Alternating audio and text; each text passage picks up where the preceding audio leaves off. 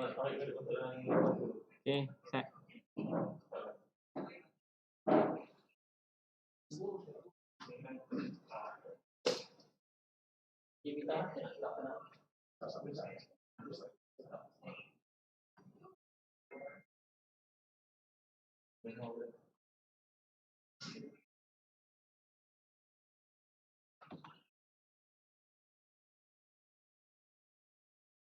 Conference.my.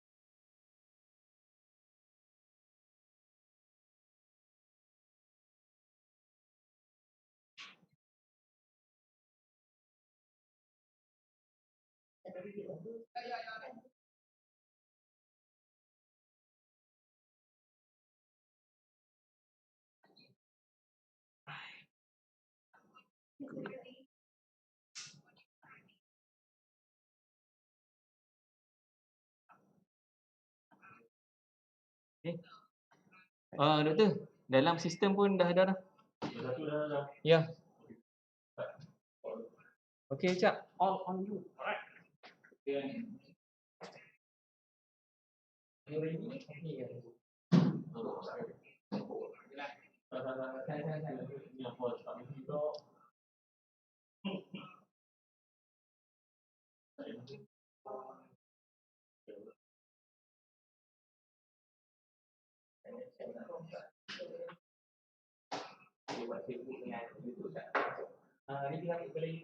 Facebook pun ada juga, tapi kasih sekali.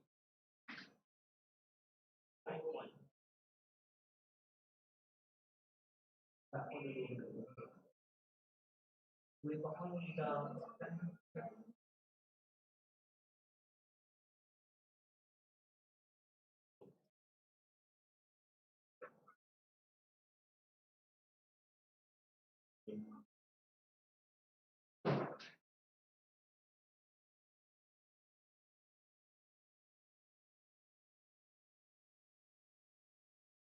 Ni Datuk dah masuk. Ya.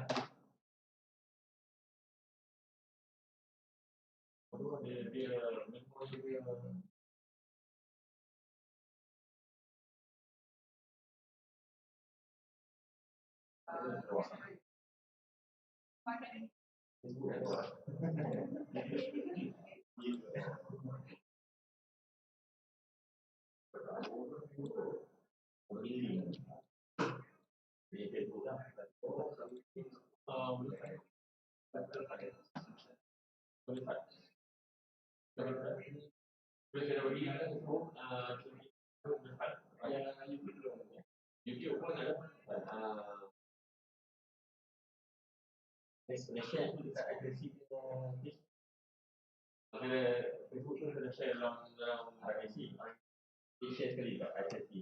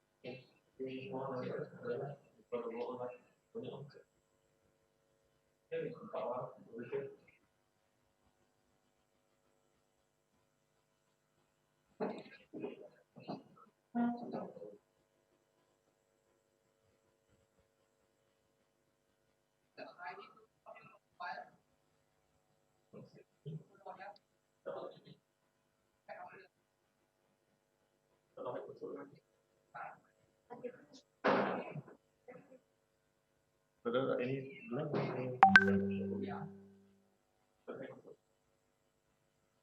belum mana yang tadi sini. Oh, wait, cepat lah. Mana?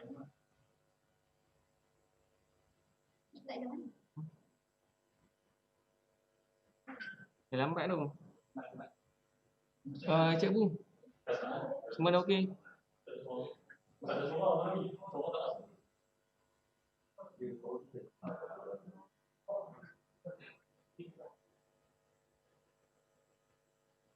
Acak, share sekali dengan audio tak?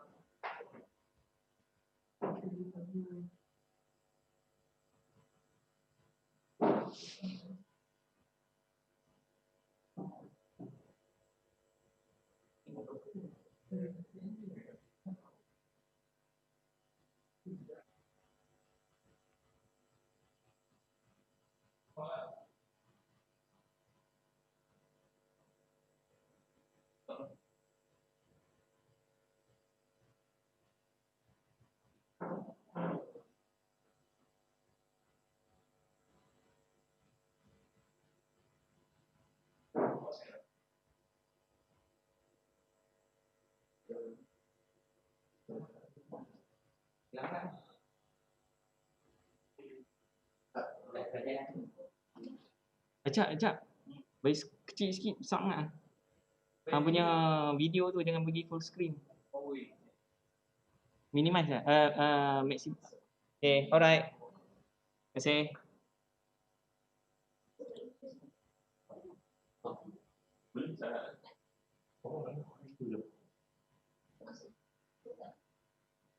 Ada dia.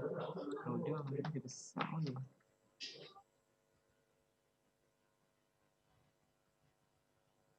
Dia hitam ni. Tapi dah live tu.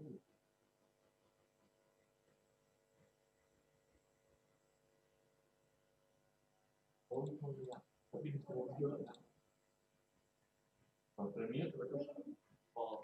dah mute dah.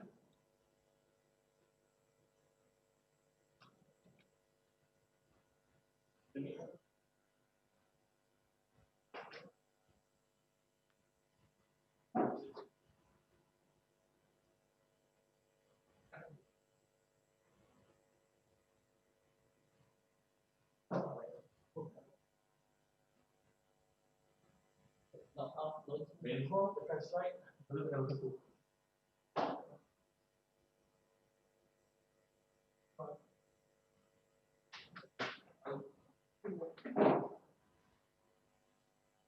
Antri ni. Antri lah.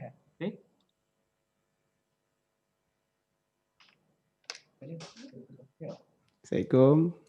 Kami tak dengar. Tak ada suara. Bunyi tiada.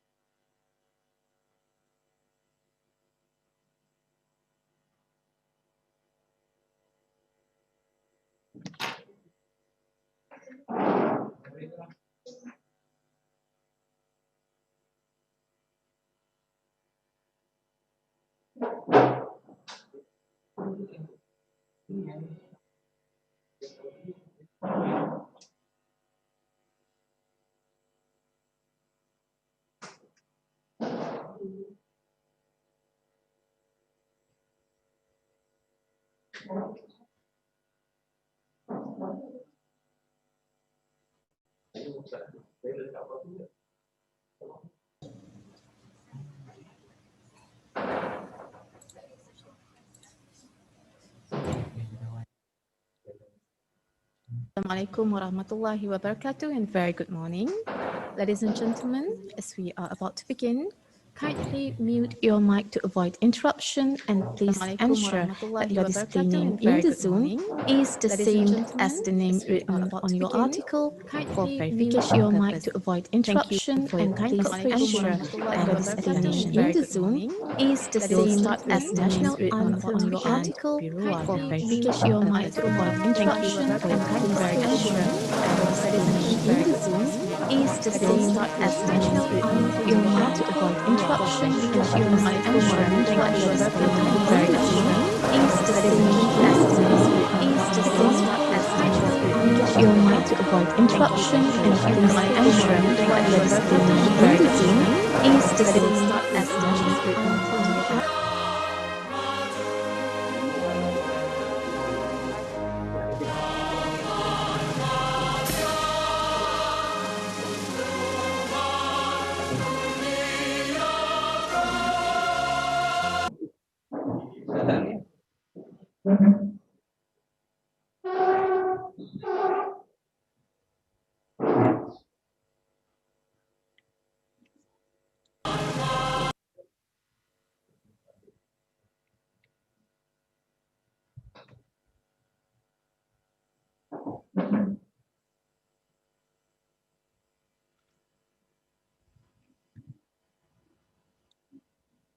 Bismillahirrahmanirrahim. Assalamualaikum warahmatullahi wabarakatuh and very good morning.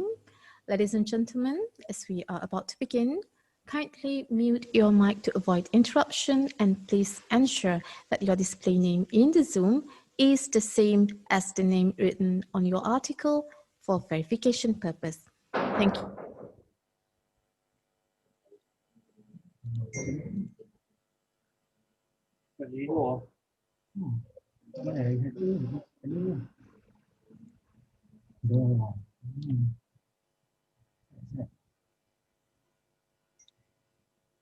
Yeah.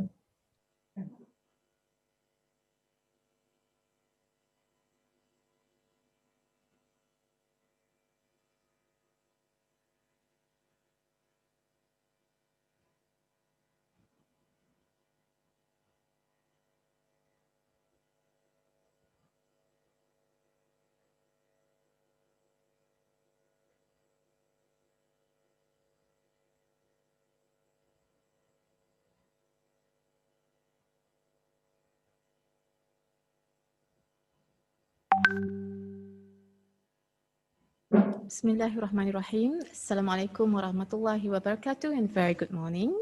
Ladies and gentlemen, as we are about to begin, kindly mute your mic to avoid interruption and please ensure that your display name in the Zoom is the same as the name written on your article for verification purpose. Thank you for your kind cooperation and attention. We will start with National Anthem and Biru Warna.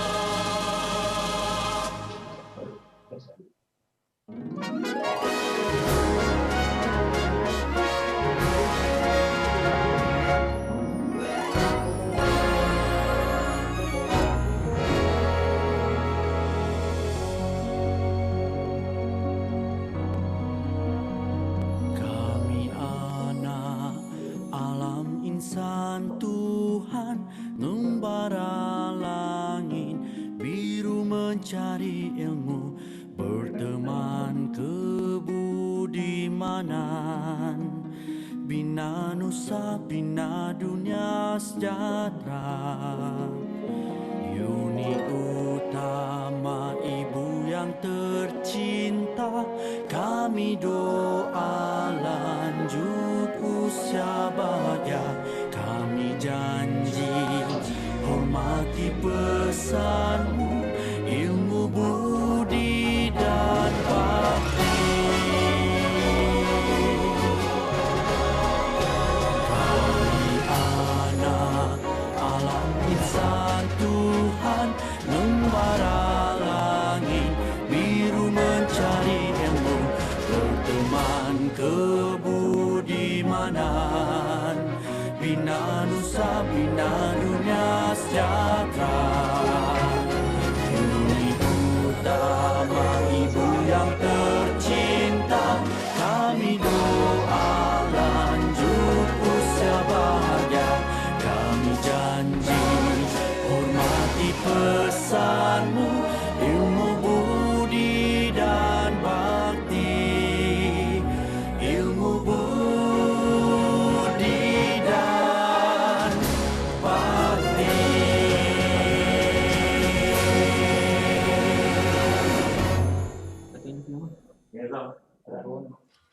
Yang berusaha Profesor Dr. Ayub Cik Ahmad, Deputy Vice Chancellor Research and Innovation UUM. Yang berusaha Profesor Dr. Nur Azia Abdul Manaf, Director of Research and Innovation Management Center RIMC UUM. Associate Professor Surveyor Dr. Muhammad Nasrul Muhammad Nawi, Deputy Director Research Publication RIMC UUM, cum Director of ISSC 2020, Associate Professor Dr. Rosita Arshad, Deputy Director Research RIMC UUM, Associate Professor Technologist Dr. Aidi Ahmi, Deputy Director Special Task Unit RIMC UUM, our invited speakers, distinguished guests, ladies and gentlemen, welcome to the 6th International Soft Science Conference ISSC 2020, the virtual conference edition. First of all, I'm Azamani Muhammad Noor from RIMC UUM, and it is my pleasure to be the MC for our program today. On behalf of the organizer, Research and Innovation Management Center, Universiti Utara Malaysia UUM, we wish to extend our warm welcome and thank you to all participants, guests of honor, delegates and representatives from Middle East, Africa, Thailand, Indonesia, and of course Malaysia to the 6th International Soft Science Conference ISSC 2020. To begin the opening ceremony with the blessings, I would like to invite Encik Muhammad Taufik Haji Osman to lead the Dua recitation and a moment of silence.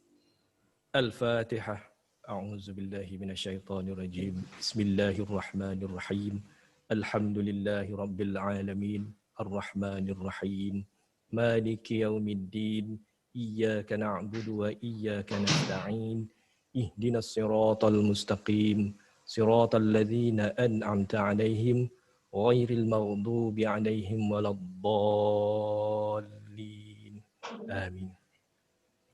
Bismillahirrahmanirrahim. Alhamdulillahi rabbil alamin wal 'aqibatu lil muttaqin wala udwana illa 'alal zalimin. Wassalatu wassalamu ala Muhammadin asyrafil anbiya'i wal mursalin wa ala alihi wa sahbihi ajma'in.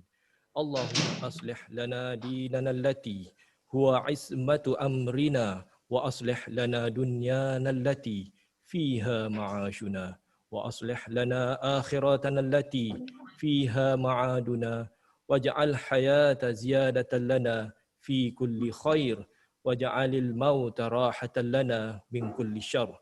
Allahumma la tada'na dhanban illa ghafartah wala hamman illa farrajtah wala dainan illa qadaitah wala maridan illa syafaitah wala hajatan min hawaijid dunya wal akhirah ila qadaitaha ya rabbal alamin.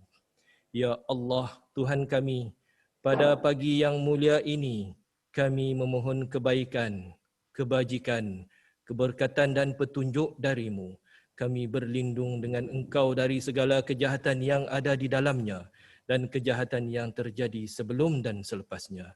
Kurniakanlah kepada kami pemberian yang Engkau berikan kepada Nabi kami, pemberian yang besar nilainya, pemberian yang Engkau kasih dan Engkau redha dengannya. Oleh itu, jadikanlah apa yang kami usahakan ini permulaannya kebaikan dan rahmat pertengahannya, kesenangan dan nikmat dan akhirnya kemenangan, kemuliaan dan keampunan. Ya Allah, ya Tuhan kami, janganlah Kau beban kami dengan beban yang berat, sebagaimana Kau bebankan orang sebelum kami. Jangan Kau pikulkan kepada kami apa yang kami tidak sanggup kami memikulkannya. Berikanlah keampunan kepada kami dan rahmatkanlah kami. Engkaulah perlindung kami. Sesungguhnya kami berlindung dengan Engkau dari kesesatan hati, kelalaian, kekufuran dan kehinaan serta kemiskinan. Ya Allah, perbaikilah keadaan kami keseluruhannya dan tetapkanlah kami dengan kata-kata penetapan dalam kehidupan di dunia dan juga di akhirat. Allahumma inna na'udzubika minal baras wal junun wal juzam wa min sayyi'il asqam. Rabbana atina fid dunya hasanah wa fil akhirati hasanah wa qina azaban nar. Wa sallallahu ala sayyidina Muhammad wa ala alihi wa sahbihi ajma'in. Walhamdulillahi rabbil alamin. Thank you, Encik Taufik. Ladies and gentlemen, for your information, today we have about 104 participants joining this virtual conference and presenting their papers. All participants come together virtually to discuss on various contributions to the fields of economics and financial analysis, business innovation, entrepreneurship, leadership, community development and social-cultural, education, healthcare, smart digital opportunities, creative and media management, law and governance, international relations, event management, and other soft science-related studies, as well as many other related fields, which have truly made this conference a unique platform for interdisciplinary exchange of knowledge among the participants. We hope to be able to conclude contribution, as in these 2 days of virtual conference sessions, to academia and also for industry. Ladies and gentlemen, to begin with, I am honored to invite Yang Berusaha, Professor Dr. Ayub C. Ahmad, Deputy Vice Chancellor, Research and Innovation, Universiti Utara Malaysia, to deliver an officiating speech. Please welcome Professor Dr. Ayub C. Ahmad. Assalamualaikum warahmatullahi wabarakatuh and good morning. Yang Berusaha, Professor Dr. Nur Aziah Abdul Manaf, Director of Research and Innovation, Management Center, RIMC, Universiti Utara Malaysia. Yang Berusaha, Associate Professor, Surveyor, Dr. Muhammad Nasrul Muhammad Nawi, Deputy Director, Research Publication, RIMC, UUM, cum Director of ISSC 2020. Our keynote speakers yang berbahagia, Dr. Haji Rohaizat Haji Yun, Deputy Director General of Health Medical, Ministry of Health Malaysia, and Yang Berusaha Dr. Rahmat Iskandar Khairul Shazi, Technology Director, Shazi Innovation Solution. Paper presenters and participants of the conference, distinguished guests, ladies and gentlemen. Alhamdulillah, first and foremost, I am most grateful to Allah subhanahu wa ta'ala, the most gracious and most merciful, for His blessings in giving us the opportunity to gather here at the 6th International Soft Science Conference, or ISSC 2020. I would like to express my utmost gratitude and appreciation to all committee members in ensuring the success of this event. It is a great pleasure to welcome all of you distinguished guests, and I feel deeply honored by your presence here today. I wish to also thank our highly esteemed speakers, Dr. Rahmat Shazi and Dr.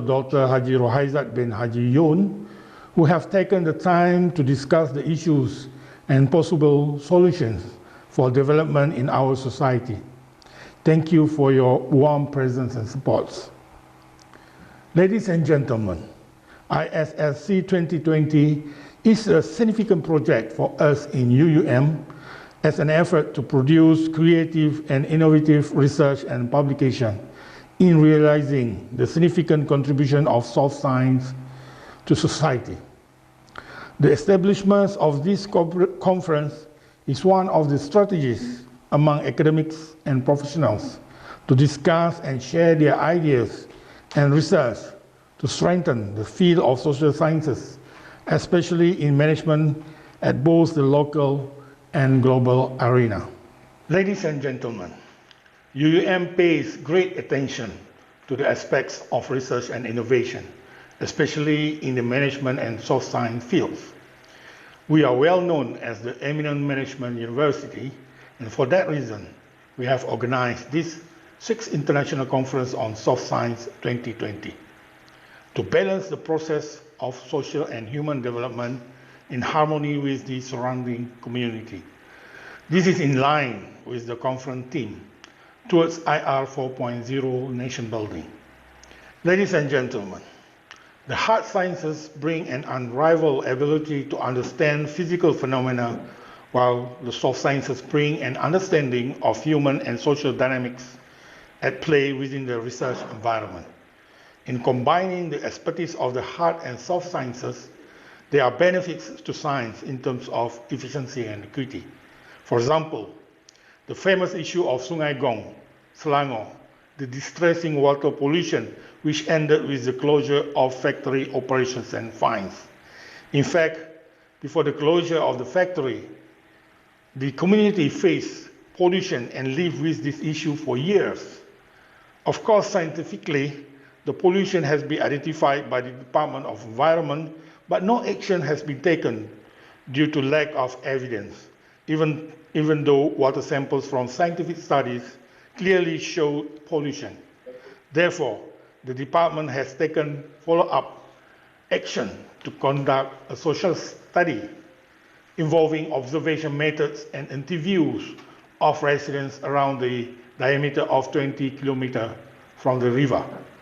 At the end, the social study findings has been used to support the evidence that have been obtained previously. It is clear here that the integration between these two fields of science, hard and soft sciences, can have a huge impact on the research or decision to be made. Ladies and gentlemen, the second example involves the use of innovative technology or equipment systems such as IoT, sensors, air conditioner chiller system, and LED lights toward reducing the payment of university electricity bills. This, I must say, is in line with the university's goal to reduce campus operating costs. However, this measure will not be able to be implemented at the optimum level without knowledge and self-awareness of electricity-saving measures and practices among residents and citizens of UUM. Ladies and gentlemen, last but not least, before I end on my speech, I would like to recap that each discipline can be argued to benefit by enabling it to specialize on what it does best, rather than by attempting to confront problems which the discipline is incapable of addressing without external assistance. It is with the existence of soft science that can facilitate the implementation of hard science disciplines, which in turn would tremendously benefit mankind as a whole. Soft science, without a doubt, can play a major role in having a significant impact on decision making, especially during these times of hardship brought upon by the COVID-19 pandemic, which has affected the old processes to become transformed into new norms. I do not wish to take your time over a long speech. It is my wish that everyone here today will have a wonderful experience at the conference. With the lafaz Bismillahirrahmanirrahim, I officiate the 6th International Soft Science Conference ISSC 2020. Thank you.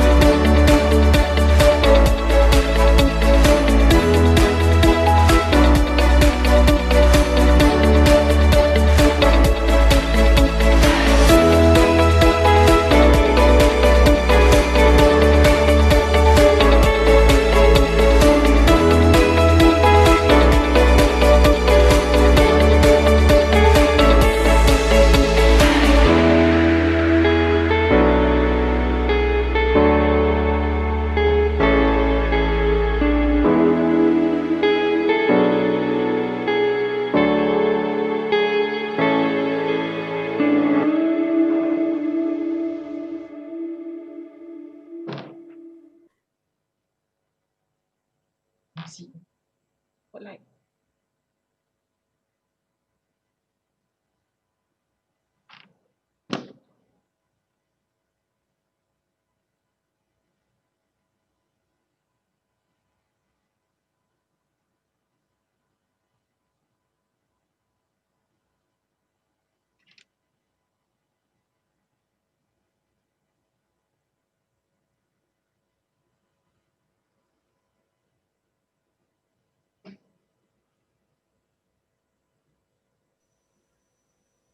Thank you very much, Prof, for the official. Ladies and gentlemen, next we are honored to introduce our keynote speaker, Datuk Dr. Haji Rohaizat Haji from Ministry of Health. Ladies and gentlemen, retired on 10 June 2020 as the Deputy Director General of Health and Medical, Ministry of Health, Datuk Dr. Haji Rohaizat is re-employed on short-term contract at the same post since 6 August 2020. A medical doctor by profession and also a public health specialist with subspecialty in health management, health economics and financing. He obtained master degree in health planning and Doctor of Philosophy, PhD in public health, majoring in health financing, health economics and case mix. Ladies and gentlemen, Datuk Dr. Haji Rohaizat have completed more than 80 health-related presentations at national and international level and wrote more than 60 publications. Together with various publications in Ministry of Health, lead and author the first comprehensive book on the development of health services in Malaysia existed during pre-independence, entitled Health in Malaysia, Achievement and Challenges. He is also one of the authors of the first Malay version of Health Economics book in collaboration with Dewan Bahasa and Pustaka, UKM, USM, and United Nations University, UNU. It is the first book in Bahasa Malaysia that utilized local data. Datuk Dr. Haji Rohaizat Haji Yon have served the government for more than 33 years at various levels and have extensive experience in various positions in hospital and health services, planning and management, including the healthcare delivery and financing reform. Ladies and gentlemen, as we are all aware, Datuk Dr. Haji Rohaizat is one of our front war general and has been with the team all this while in the battle against COVID-19, managing the epidemic of COVID-19, especially on the hospital preparedness and related activity. Without further ado, I would like to invite Datuk Dr. Haji Rohaizat to give his keynote speech entitled COVID-19 Malaysia Experience. Please welcome Datuk Dr. Haji Rohaizat. Thank you, Master of Ceremony. Bismillahirrahmanirrahim. Assalamualaikum warahmatullahi wabarakatuh. Selamat pagi, salam sejahtera, salam sehat and very good morning. Yang bahagia, Profesor Dr. Ayub bin Sheikh Ahmad, Deputy Vice Chancellor Research and Innovations, Profesor Dr. Nur Ajah Abdul Manaf, Associate Professor Surveyor Dr. Nasrul Muhammad Nawawi, Dr. Iskandar, Dean, Deputy Deans, all senior professors, all professors, associate professors, all lecturers, senior lecturers, all the invited speakers locally and from overseas, participants from overseas and locally and overseas, Datuk Datin Tuan-Tuan. First of all, I would like to thank the UUM for again inviting me for second time this year. I was invited, I think, somewhere in July on the one of the topic with also with UUM. And again, I've given the opportunity to share experience of Malaysia in managing COVID-19. Next.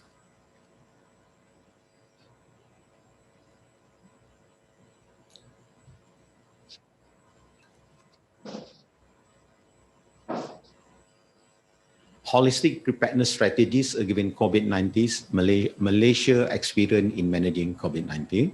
And I would like to share our experience in Malaysia. I think since I was informed that we have 104 participants, including locally and abroad. And for those from overseas, we like to share our limited experience. There are some weaknesses and there are also some strengths that we can learn from each other. It's not only about the strength, it's also about weaknesses. From weaknesses, we can enhance further our healthcare system. Next. And the flow of presentation, I think we look at the novel coronavirus, the situation, and what is our story in Malaysia, how did we do, and I will focus on number 4, the CPRC, the Clinical Preparedness Response Center of the hospital services, because since I'm giving the examples of the hospital services, yeah, but there are many other services like the public health services, lab, and so on. And what are our secret? What are our secret? And leadership in crisis, our strategic plan, and the outcome, and the success, and so on. Next. I think all of you know that there are 4 types of situations. Number 1, the first situations whereby the COVID-19 was quite high. You can see the first row, and after that it went down gradually, like in China, in Wuhan. And second situation, you can see with no COVID cases, and after that it went up, and until now it's still on the rise. You know which country that I'm referring to, number 2. And but that country, number 2, you can see some of countries, they are basically receiving or detecting 93,000 cases per day. Imagine 93,000 cases per day. It's huge. How are they going to do the contact tracing? And the third situation, the country whereby before was not, COVID was not there and went up and then disappearing and then it went up again. And then the fourth category is this keep increasing, keep increasing from before until today. So you can see all over the world, there are 4 types of situations. Look at what happened in America. The cases are increasing. In Europe, the cases are increasing. In Australia, no, they did it very well. In New Zealand, but now the cases are increasing and they are now locking down. Like New Zealand, Auckland, and New South Wales. All these are very good experience which we should learn from each other. How can we manage COVID-19 better in our respective countries? Next. And look at here, on 31st December 2019, WHO already announced that Wuhan City, Hubei, a total of 40 patients with pneumonia was detected, and WHO has informed all over the world. So, repeat, 31st December last year. So when WHO informed Malaysia, all over the world, on the 31st December, Ministry of Health already start working, because we knew this is not usual. So it is not like, something that we can take lightly. So next, look at what happened. And on the 23rd of January, bring it down. 23rd of January, no, you bring it down there. Oh, yeah, okay. 23rd of January, Wuhan already locked down. Imagine, I told you just now, 31st December, and then 23 days later, already locked down Wuhan.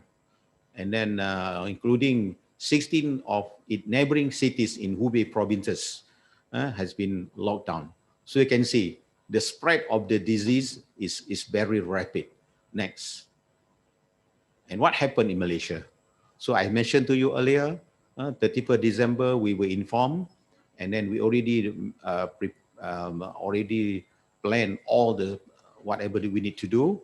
And on the January 2020, we already start with something, and February already made announcement, and we already detected the first cases in January. Next. And this is our story. This is our story. You can look at here. 24th January, first detected COVID-19 positive in Malaysia. And majority are from, there are in non-Malaysian. At that time, they were non-Malaysian. All of them were non-Malaysian, and they were imported. They was initially. And after that, we can see absence of cases for 11 days. 11 days without new cases. And after that, we get the imported, but now is Malaysian.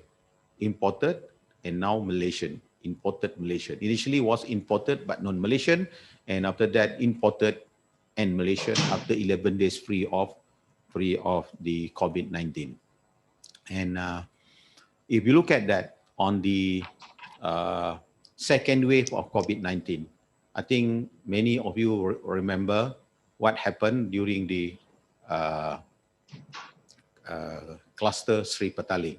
A huge gathering in cluster Sri Petaling is the religious gathering in cluster Sri Petaling, and 9 days later, the first case was detected in Brunei. The first case was detected in Brunei, and they informed Malaysia that they got a positive case. It came from Malaysia, and it was from the cluster Sri Petaling. And again here, if you look down there, second wave of COVID-19 peak case. Can you look at down there? You know what happened? Malaysia at that time was without cabinet ministers. Yeah, because the previous government on the 24th of February was basically lost the seat, and on the 25th February there were no cabinet ministers until 9th of March. So that was a real stress to the Ministry of Health. It was a real stress to the Ministry of Health. And after that, you can look at MCO on the 18th March. 18 March, MCO was executed. And 18 March, we can look at that. 9 March, still without cabinet minister. And 10 March, new minister was sworn in.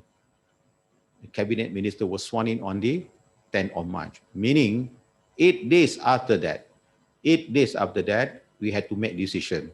So we had to influence the new cabinet minister. We need to lock down and so on. And after that, the MCO, Movement Control Order, MCO, the Movement Control Order, was extended until 10th of June. When we extend the MCO, it was from ordinary MCO, Movement Control Order, and then we went down to conditional MCO, which slightly slight flexibility, followed by rehabilitative MCO.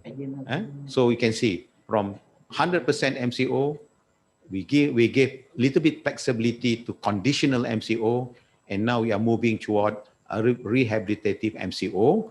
And I think until today, RMCO in short form, RMCO is still continue until end of the year. And you see, even with that RMCO, we have many new clusters in Malaysia. Cluster Sipaganga, Greater Tawau, Salah, and now we have new clusters in Sabah, in Tawau, in Lahad Datu, and so on. Okay, let's see. Go back to the gray, 26 February. You can see this is what happened. Without cabinet minister, I will share with you what happened. Next. Again here, you can see the diagram. Initially, on your left-hand side, you can see on left-hand side, very few cases, very few cases, yeah. And we have the local, we have, after that, we have the cluster executive. This is what I said, local, but imported, and then followed by cluster Sri Petaling. In cluster Sri Petaling, if you all remember, 16,000 gathered together. They did not follow the advice of the Ministry of Health. They all gathered together. 14,005 were Malaysian, 1,005 were foreigners gathered together. And after that, you can see the number of cases was hugely, it went very high. It can spike very high. And after that, we managed the MCO, we imposed MCO, and after that, the cases went down. And you go on right-hand side, the yellow bar, right-hand side, the yellow bar. That yellow bar illustrates another peak of cases. You know where? It is basically imported cases. Imported cases. We got imported cases, and then in fact, our local Malaysians, the yellow bar. So the moral of the story, that yellow one, all cases from overseas must be quarantined. They must follow SOP. You can look at that. Cluster Sivaganga. What happened? The person should be quarantined, and then he did not follow the SOP, and then we detected, by the time when we detected, he already infected a lot of people. And you can see the cluster Sivaganga, and then after that, followed by cluster Tawar, that it really gives stress, a lot of stress to our healthcare system. Okay, next.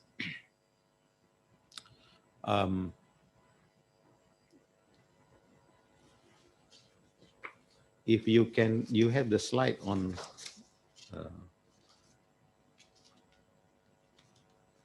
Can you go back to the previous slide? Yeah, back. This one. We were lucky on the 25th February until 9 March, although we do not have the cabinet minister, the previous Pakatan Harapan cabinet minister already made decision whereby only 4% can make decision, make statement on COVID. Number 1, Prime Minister. Number 2, Deputy Prime Minister. Number 3, Minister of Health. Number 4, DG of Health. So on the 25th to 9 March, we were lucky because although number 1, number 2, number 3 were not there, we still have number 4, i.e. DG of Health. So at that time, we can see a lot of stress was put on Ministry of Health to make a lot of decision and to advise the government, headed by the Chief Secretary of the government. Yeah. Okay, next. Next. Okay, look at here. This is what JP Morgan says. During the early February and March, JP Morgan predicted by early April, Malaysia will get 6,300 new cases. 6,300 new cases. And what happened with MER? The MER projected that by early April, Malaysia will get 10,000 new cases. And you imagine if that really becomes reality, early April, whether Malaysia will have 6,300 bed ready. This 6,300 bed is over and above the existing bed should be given to non-COVID cases. So that is really a challenge to us, number one. Number two, as all of you know, 3 to 5% of patients will require ventilators, will require ICUs, meaning 6,300, 3 to 5% from 6,300, or 3 to 5% of 10,000 COVID patients will require ICU and ventilators. So we did not say take this lightly, and I think we have intensified our preparedness, get ready, convert our daycare and our multi-purpose ward as ICU. We quickly buy ventilators from overseas, but while waiting for the ventilators to come, we also loan ventilators from our private hospital all over Malaysia. Next. But thanks God, because on April, we did not get 6,300 cases. So that gave us more ample time to prepare our hospital for all the requirement, for the equipment, to prepare our hospital with all the medicine, to prepare our hospital for the staff, to train the staff. The staff basically from the cleaner, from the attendant, from the assistant nurse, staff nurse, medical officer, specialist, right up to the top. Yeah. So preparedness is very important. Look at this MOH modeling, the blue one. If everybody follows SOP, the cases will come down. But if public do not follow SOP, do see the red one, cases will go up, tremendously. Next. And look at what happened in other countries like New Zealand did very, very well. And it back to lockdown as new COVID-19 cases were detected. And New Zealand largest city goes back to lockdown as coronavirus cases grow globally. And look at here, 77 new COVID-19 cases in Singapore, including 2 in community. And your right-hand side, Auckland rapid lockdown has given New Zealand a better chance of eliminating corona. But this is what I detected from the media. Yeah. And look at another one, COVID-19 update for one cases in South Korea as a new cases as a new lockdown has been implemented in Korea. And you can see this is what happened. Some countries are doing well, but if we are not careful, we will get the new cluster. Next.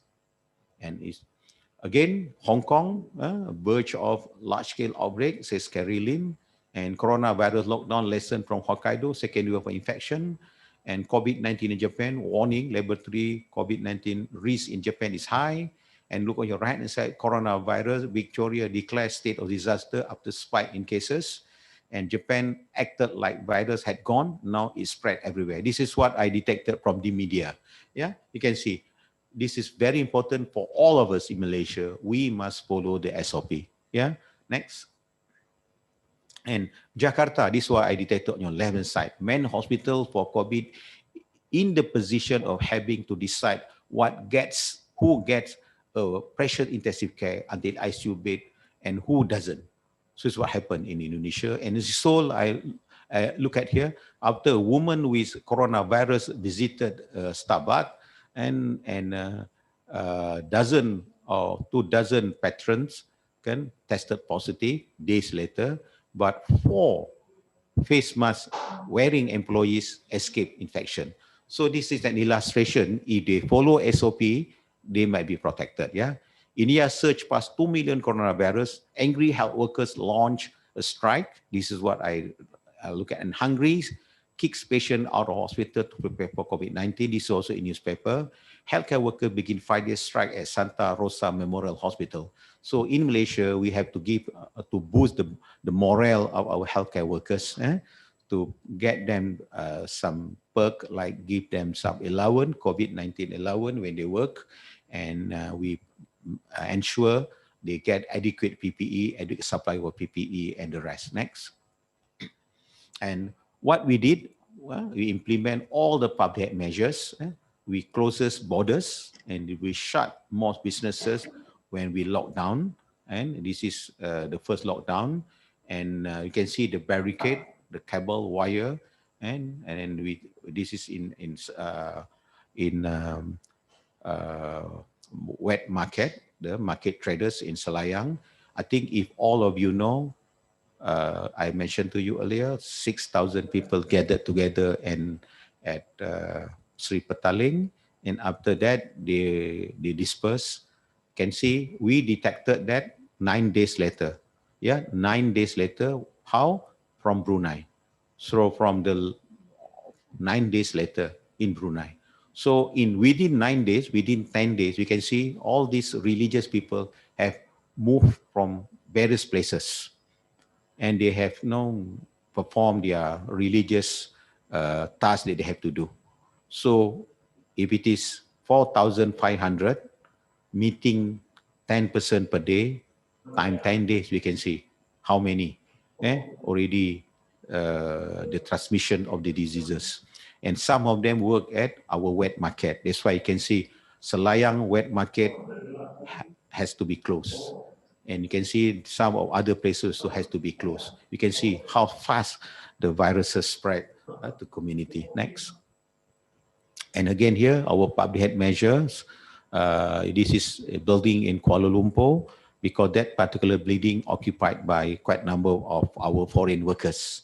So we have to go there and do the testing. And we locked down the Sungai Lui. Sungai Lui, there is one place inside Sungai Lui where they have the international school, international religious school, and it spread the viruses not only among the students, the lecturers, but also the public. Yeah. And recently in Kedah, and we had to impose the enhanced MCO, EMCO, yeah, and just to stop the transmission of the viruses. Next. And this is what we did. And we work together, public health measures, and do sanitizing and so on. Next. How did we do in Malaysia? You can see that we have the National CPRC. Look at that, National CPRC, National Crisis Preparedness Response Center.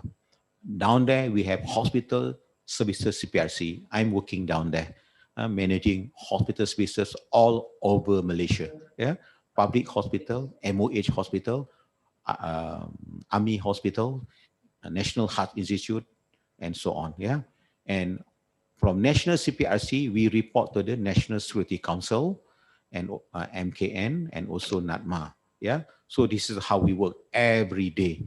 This is how we work every day. And for hospital-related services, we work as early as 5 o'clock. 5 a.m., my backliners will analyze all data. By 6 or 7, data must be ready. The first meeting with minister, our health minister, at 7:30 a.m. The second meeting with the National Security Council, checked by our senior minister or sometimes checked by the prime minister, will be at 9 o'clock. That is our routine every day. And until night, we have to monitor every single hospital. Yeah, we monitor how many PPE do we have and so on. This is how our crisis preparedness, how did we do? And you can see hospital services CPRC, we also have our state disaster command center, and down there we have hospital operation room. They all work 24/7. Yeah, next. what are the main strategies that we have implemented? Number one, clinical care for COVID cases. This is very vital. We will make sure COVID cases get adequate treatment. We will make sure COVID cases will get treatment. Everybody, all Malaysian must be given opportunity to be given treatment. You can see some other countries, they only admit symptomatic cases and cases who are severe. But in Malaysia, even asymptomatic will be admitted. So this is our first strategy. We'll admit all cases regardless of their symptom. And those with asymptomatic will isolate to make sure they don't transmit diseases to others. We'll make sure all the facility planning is adequate, PPE supply and lab and so on be prepared. Number one. Number two, what did we do? We protect healthcare workers. It is very, very vital. We must protect healthcare workers. This is what we did. Because if healthcare workers get positive, imagine how many of them will have to be quarantined, because some of them will get contact. Because in some hospital, recently in Kedah, one of the state in Malaysia, 566 healthcare workers have to be quarantined because we got some positive cases. So you can see 566 meaning closest to 600. 600 staff are gone, not in the system. So it is very important we protect our healthcare workers. If 600 staff are gone, so hospital services will be jeopardized. And then we had to mobilize staff from other hospitals. We had to mobilize staff from other states. And also we have to hire the contract workers and so on. So protect healthcare workers are very important. This is our second strategy. Number three, service continuity for non-COVID cases. We do not reduce our service for non-COVID cases. This is very important. In some countries, they discharge the patient, they discharge non-COVID cases, but it did not happen in Malaysia. Or our patient on hemodialysis, our cancer cases will still continue. I will discuss with you how did we do. And number four, health industry department is very important. We must do it well, because if we do well, we manage COVID, we manage healthcare workers, we can enhance the economy of the country. We can improve back the health tourism. Because you see, whenever during the lockdown, all businesses, except the essential services functioning, the rest had to be stopped. You can see what happened to the tourism out. What happened to the transportations out. All the airline, everything already. Basically, on that day, every day, Malaysia lost about 2.3 billion per day. The most expensive intervention for COVID-19 is MCO. That's why, number four, the strategy, if we do it well, we need to open back the economy gradually. Okay, next. That is our strategy. How did we do? How did we do in hospital side? You can see as early as 16 January, we already developed 56 screening hospitals. We have 26 hospitals ready as treating hospital. We have 1,661 beds, ICU 9, and we have 6 labs in hospital, not including lab outside hospital. That's what we did in alert phase. But now, from 56, we have 120 treating hospital. We have 40 treating hospital. We have almost 3,000 hospital bed. We have almost 430 ICU bed. We have 1,364 ventilators, and we have low risk treating center. We have 58 lab. Our capacity of bed, we can do 40,000 testing per day. So we are preparing for the worst. We are basically preparing for the worst. Should we get another wave? Okay, next. So again, what I want to share with you just now, go back, the backward, look at your next,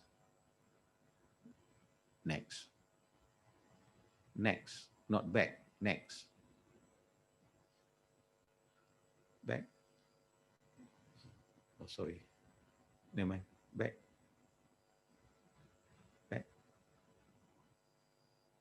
this you can see you can see at this how prepared we are.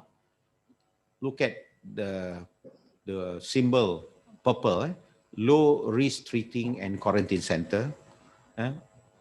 When JP Morgan predicted Malaysia will get 6,300 cases, when Mir predicted Malaysia will get 10,000 cases, we know our hospital bed will not be able to cope. Because imagine 6,300 cases mean we need to have 6,300 bed. And this bed had to be occupied for 14 days. Imagine. So what did we do? We built low risk treating center and we built MAEP, hospital MAEP. Wuhan built hospital for 10 days. We built hospital in 3 days. So what we did at that time, I think we are doing the impossible. We cannot say no because we had to prepare for the worst. Next. What was our secret? Our secret bag is the bag. Our secret is solid governance, number one. Leadership in crisis. Number three, evidence-based decision making. And also value-based decision making. It is not just evidence, you have to be value. Meaning, if evidence shows something is good, but it is very, very costly, it is not value-based. So we had to gather together evidence as well as value-based decision making. And number four, strategic planning. Yeah, next. So this is what was mentioned here. You can see, I told you earlier, during the 25th February, we don't have cabinet minister. And then you can see down there, the politically fluid situations, nevertheless, much of the health system capacity, institutional memory and leadership remains within the technocracy of the Ministry of Health. This apparatus is led by DG of Health. And again, up there, the stability and skill within Ministry of Health is one factor, as well as a tightly knit professional core that remain relatively independent of politics. This is not what I said. This is what was written by the this week in Asia, 26 February. We have solid governance. Although at that time, we do not have the cabinet minister. So Ministry of Health as the lead ministry will make decision and influence other ministries, influence other agencies, and influence new cabinet ministers. Yeah, you imagine 8 days old cabinet minister. If you get married after 8 days, will you get a baby? Your sperm will not be even able to get the gamete. Even if you got it, if you delivered the baby, 8 days old baby, what the baby can do? But the new cabinet minister made decision after 8 days, it was sworn in. So solid governance, firm foundation is the key in managing COVID-19 during this crisis, because we are in the war. Next. And again, working together, it is very vital. Working together. We had to work with other organizations, non-NGO. They donated us a lot of PPE. You can see we ran out of PPE. And private hospital, they helped us. They gave us the specialists. They loaned us the ventilators. Universities, UITM, UKM, UM, and USM treat patients.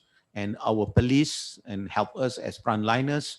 And NADMA, our National Disaster Committee, and our Fire Brigade, National Security Council, and the Army, and all that, IJN, they work together. We had to improve. And I think this is an illustration of how did we do. I think in an illustration that working together, basically, we managed to improve improve the conditions and reduce the transmission of COVID-19. Next. And leadership in crisis and anchor in the storm, you can see, it was not only us, even our king, our prime minister, our health minister, KSU, DG, all of us anchor in the storm. Actually, this is, at that time, there was not a storm. There was not basically storm. It was more than storm. It is basically thunder. It is basically tsunami, tsunami that attacked us with cluster 3 Petaling. The whole ship might be sunk at that time, meaning Malaysia will suffer at that time. And it was predicted by JP Morgan. But leadership in crisis helped Malaysia. Next. And what did we do? Basically, there were six aspects that we do. We're doing the impossible, number one. As I mentioned to you, number two, together, everyone achieve more as a team. Number three, influence, very important, influence cabinet ministers, influence the public, influence the media and so on. You know, during MCO, people are at home, they don't have work to do. So what are they doing? What were they doing? They are busy sending fake messages, create panic to the public. So we have to influence the media, influence the public. Do not give fake messages. So number four, competing for the less. I will share with you, competing for the less. Fostering trust and admit chaos. Number five, and service of ourselves. These are some of the things that we did in the Ministry of Health. Next. And doing the impossible, I told you, MCO, the Movement Control Order, Act 342, will never be implemented in Malaysia. So we did the impossible. We implemented the MCO. And we managed 3 Petaling, you remember? We managed it well. We managed to stop that. And by doing MCO, managed 3 Petaling, we were able to flatten the curve. And the 3 Petaling cluster ends on 8th of July. So all these three enable hospital to prepare further, reduce the stress to the hospital, give us readiness for our staff to be trained, get all ventilators in other hospitals. Like in Kluang, we convert hospital Kluang to be fully COVID hospital. We have daycare, we converted the daycare as ICU. You can see that photo at the middle, the photo at the middle, whereby DG of Health and JAKIM officer and me, we had dialogue with the religious group, that to come forward, That's why communication engagement was very important at that time. So we engaged, but we engaged virtually. We were lucky. If we engaged physically, one of their top leader, at that time was positive, and we also might be positive. And for your information, that person has flew overseas. During that dialogue, they have flew overseas. We have notified that particular country, and that country now got a lot of positive cases. On your right-hand side, you can see pusat quarantine and COVID, low risk COVID-19 treatment and quarantine center on your right-hand side. You can see we built this hospital. Take down that photo. We built the hospital to the left. We built the hospital in 3 days. It is a full-blown hospital. We did it in 3 days. And Wuhan did it in 10 days. We did it in 3 days. What I'm trying to say, we were doing the impossible. Because, at that time, if you all remember, a lot of orang kena tahan, detainees, positive in many prisons. And they are basically illegal immigrants. They are very aggressive, some of them. So we have to treat them. We have to have a special ward and for them. And these are the ward. It's like basically 3-star. And we provide them with the food, morning food, and then dinner, lunch, and also free running coffee and so on. Yet, I think you all remember, they all complained that we did not treat them well. Basically, we get the breakfast and 10 o'clock tea, and then lunch, and then dinner, and plus the running coffee and tea, they can just pick it up. And we did not only treat COVID, we also treat other diseases. They come with TB, with scabies, and so on. So I think it is not fair to say that we treat the illegal immigrant substandard. Next. And together, everyone, we achieve more. You can see on your left-hand side, even the Agong, the king, visited us, and his wife. On your right-hand, at the middle, the prime minister came, and then other ministries work together. And down there, you can see the St. John and Ambulance and other people working together as one. This working together indirectly helps our hospital services, our public spaces, give them breathing time to make better preparation. And next, competing for the less. Yeah, you can see competing for the less. All over the world are requiring PPE. So how are we going to get PPE? It is not fair to send my staff nurses or doctors to the hospital without PPE. So we must make sure PPE is available. But you can see that this is what reported in the media. Coronavirus, buying PPE online for care sector like Wild West. Down there, coronavirus on your left-hand side. Global need for PPE like Wild West. Our N95, somebody blocked our N95 to Malaysia. And on your middle, Malaysia PPE shortage supply issues. Doctors propose national stockpile, centralized, and for better distribution.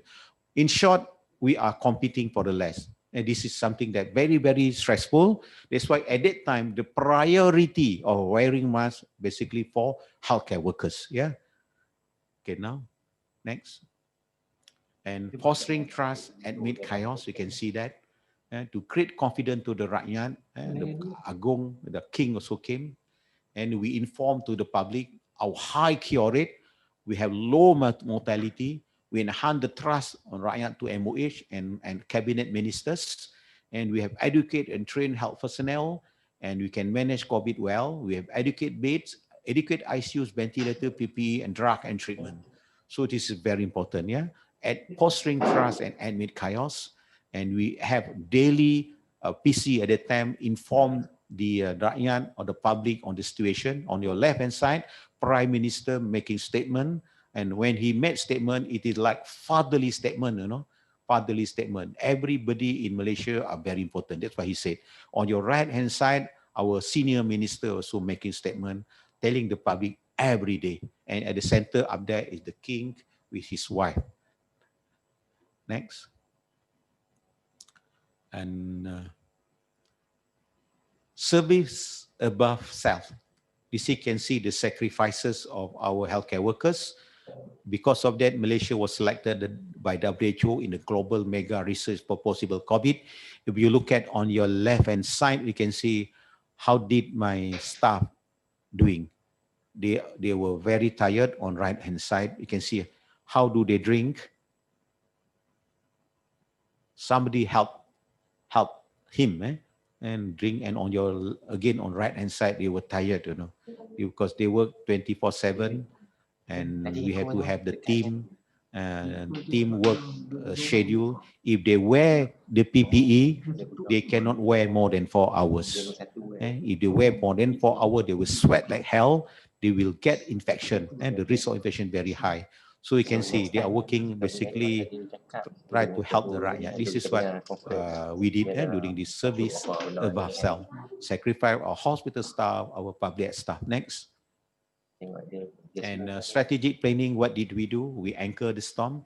Data is very important, but data itself is basically useless. Yeah. The most important is the ability, our ability to use data for management and decision making. This is crucial. I will discuss with you shortly. Every day, as I mentioned to you earlier, as early as 6 a.m., data must be ready. We had to make decision. Which area, we are now in the war, which weapon we must use, which area to be closed, what sort, where are the area that ICU are basically need more ventilators. So data is very important. All these are performed by our backliners. Strategic communication is vital. Video conferences and a WhatsApp group. We have more than 20 WhatsApp group.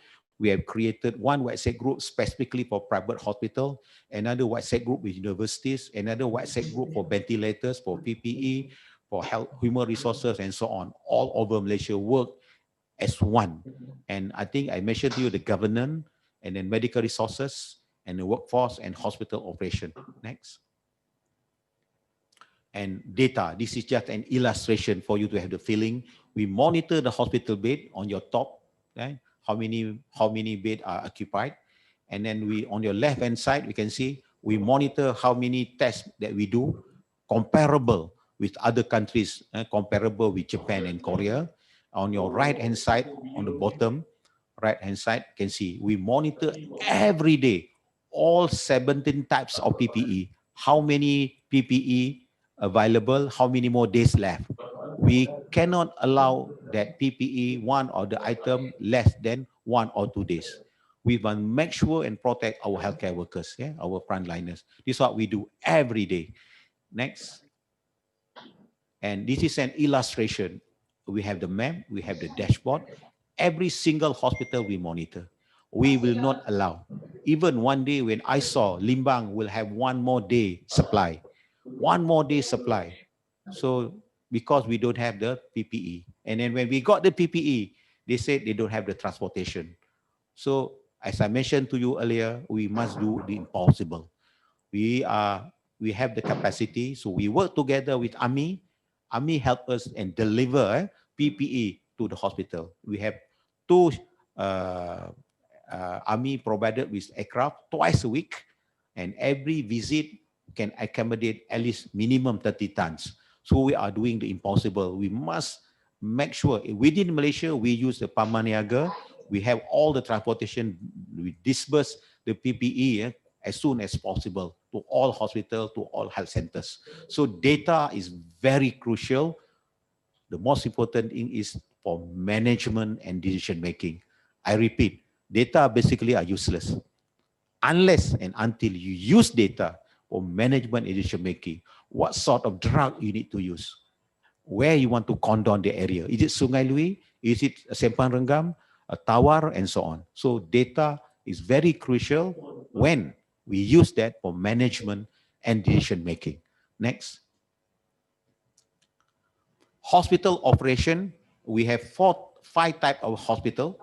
In Malaysia, we have state hospital, major specialist hospital, minor specialist, district specialist, we have special institution. But all this we have to convert into number 1, fully COVID. This hospital we convert, there are hospitals that we convert, treat nobody else except COVID. And there are other hospitals we convert, treat COVID and non-COVID. Number 3, there are hospitals that only treat COVID. And we created also low-risk quarantine and treatment center. So we have created that. We converted our Institute Latihan. We converted MAEP as hospitals. And then this number 4 able us to get almost 4,000 additional beds. So therefore, number 4 help us. Number 4 help us, give us the opportunity. Number 3, give us the opportunity of giving non-COVID patient to be treated in non-COVID hospital. Otherwise, non-COVID cases, we have to be discharged like in some other hospital. Why? Because it do not have the bed. Next. And hospital operation, again here you can see how to buy the ventilators. You can see down there, the photo, Agoda and Trivago. It is crazy. Buying ventilators is not like now, whereby you have like previously, you get the LO, the purchase, and one the item come, you pay. Sorry, at that time buying is like you buy the hotel, buy Agoda and Trivago. If you don't buy, other countries will purchase that ventilator. That's why we have to appeal, convince the cabinet, convince the government. No, that's not the way. So, but after that, our procurement in crisis, pembelian darurat was approved. And you can see up there, we have purchased the ventilators, but ventilator did not arrive. Why? All over the world, there is no airline coming to Malaysia. So what we did, you can see there, we have informed Prime Minister. The answer cannot be no. The answer must be yes. If we cannot get the ventilators back to Malaysia, we have chartered, we have our army, we have to send special aircraft, bring the ventilators back to Malaysia for our rakyat. This is what we did, Hospital operation, procurement processes in crisis, and also doing all above cell and doing something impossible. Next. After this. And hospital workforce, you can see that we don't have enough at that time. So we hire medical staff, to help us. We hire retired medical staff. And then 1,000 retired health workers assist our frontliners. So some of them we pay, some of them are volunteers. This is what we did for hospital staff. Yeah. Next, interview and resources. And Malaysia has among highest COVID testing in Asia. We test and we have lab capacity. At that time, 37,000. Now we can test up to even 40 to 50,000. And so you can see COVID-19 Malaysia left with 2 weeks worth of personal protective equipment in hospital. And then you can see the tellers. You can see we have tellers, we have a lot of NGO, they help us. I think that is great. We have a lot of donation from NGOs, from personal, from corporate, and from China, from everywhere, helping us. Even on your right-hand side, the China, during Wuhan lockdown, Malaysia sent Wuhan sugar and many other essential items. When we were attacked by the cluster Sri Petaling, you know what happened? China sent us PPE. And then what he said, friend indeed is friend in need. And they sent us that. And then they pun sebut juga, the China government used the Malaysia proverb, gunung sama didaki, lurah sama dituruni. That was mentioned by China when they send their equipment and a lot of things to us. So you can see medical resources are very vital because not only Malaysia requires PPE all over the world. Maybe the only country dalam dunia ni in the world that do not have COVID is Iceland, because nobody live there. Other part, all Fiji, even everywhere, they're all now suffering with COVID. Next. So medical resources is very important. And the governance, I mentioned to you earlier, Malaysia among top globally have successfully contained COVID-19. And these are all the many news that we notice. And Malaysia respond to COVID-19. This is not what I said. This is what I got from the news. Malaysia is second in COVID-19 fight success. So you can see all that, all the output of our action. Next. Strategic communication, very important. Every day you have to, this is what we did. And we have the portal system, and then we have the MKN, and we have the press conference, deliver information to all the rakyat. And these are very, very crucial. You can see that, Next. And again, I told you, this strategic communication, the king came, even our prime minister came to our national CPRC. Imagine, there are many places that prime minister and the king and his wife and the queen, they can visit, but yet they visited our national CPRC and they look at our dashboard, they look at how did we do, how did we work. And just to share with you, when they visited, particularly the king and the queen, they saw our staff working at the frontliners, look at the data and so on. And then at that time was MCO. Imagine what are the things that we eat, where we get the supply. All the restaurants are closed, so we only eat the biscuits and the 3-in-1 coffee and so on. That the thing available, and the king and the queen almost cry when they look at our backliners working at that time. Just to share with you, following that night, the queen sent us the nasi goreng, fried rice, every day, to help our backliners. Again, here, I'll take the opportunity, if we go for the war, frontliners are very important. Frontliners are the one that attack the enemies. The enemies are the viruses, But if you imagine enemies, they are real enemies. But these frontliners will not able to do that because you have to have the backliners. Backliners is telling the frontliners what weapon need to be used, where are the army is hiding, where are the enemies are hiding, what are their strength, what are the characteristics. So backliners are very important, equally important like our frontliners. And this is see how they work. And you can see the Prime Minister and even our Chief Secretary to the government visited our Ministry of Health National CPRC, Crisis Preparedness Response Center. Next.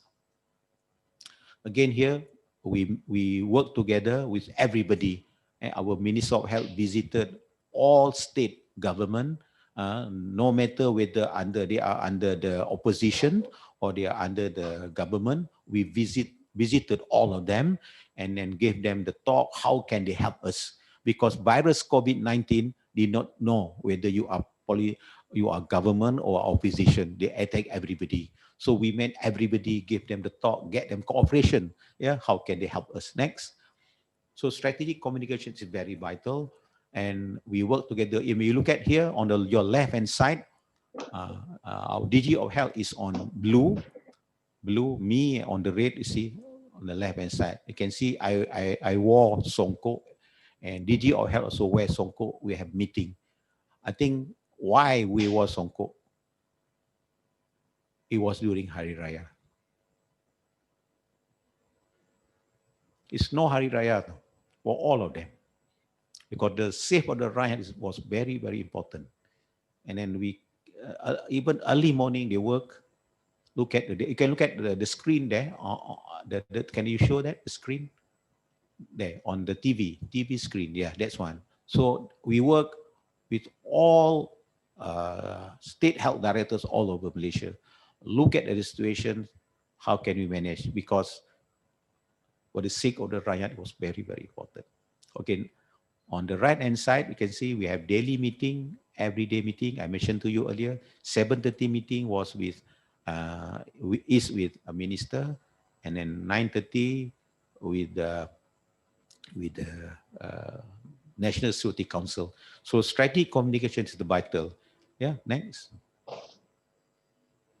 And I think our success basically depending on the unity of Malaysians in combating the COVID-19. Yeah, that's why our recovery rate is among the highest in Malaysia.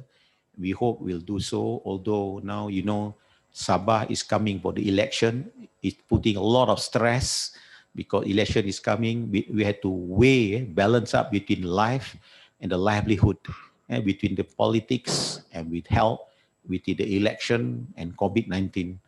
So all that need to be balanced up, yeah? But all of you down there, as Malaysian, you're very important, helping us follow SOP to help reduce COVID-19. Next. And you can see following that, on your left-hand side, we were positioned on your left-hand side, yeah? Malaysia, you were positioned left side, very high. But after that, we will move down to, on your column, we will move to right side, meaning other countries like America, Brazil, India, they're all very, very high. Got a lot of cases. Imagine India, 93,000 cases per day. We only have 100 cases, or maybe the most 100. Otherwise, 2, 3, 1 or 2 digits per day.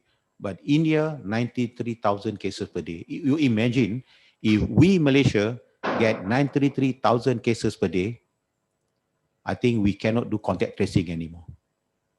That's why all of you down there, very important, follow SOP, and follow SOP. Next. And these are our success. And many sectors now can be reopened, and even CNA, we are open, almost all sectors of economy resume operation gradually, and then at least public can get income. You know, just to share with you, all of you Malaysian particularly, when we had this MCO, the first week for the bottom 40, B40, the poor, they don't have much saving, you know. The first week they eat rice, maybe some vegetable with sardine. Going to second week, they don't have saving, so but they still can eat rice with ketchup, sauce, soya sauce, and eggs. But going to third week, they suffer. They suffer a lot. The B40, they suffer. They have nothing to eat. They call us, so you can see the pain that public suffers.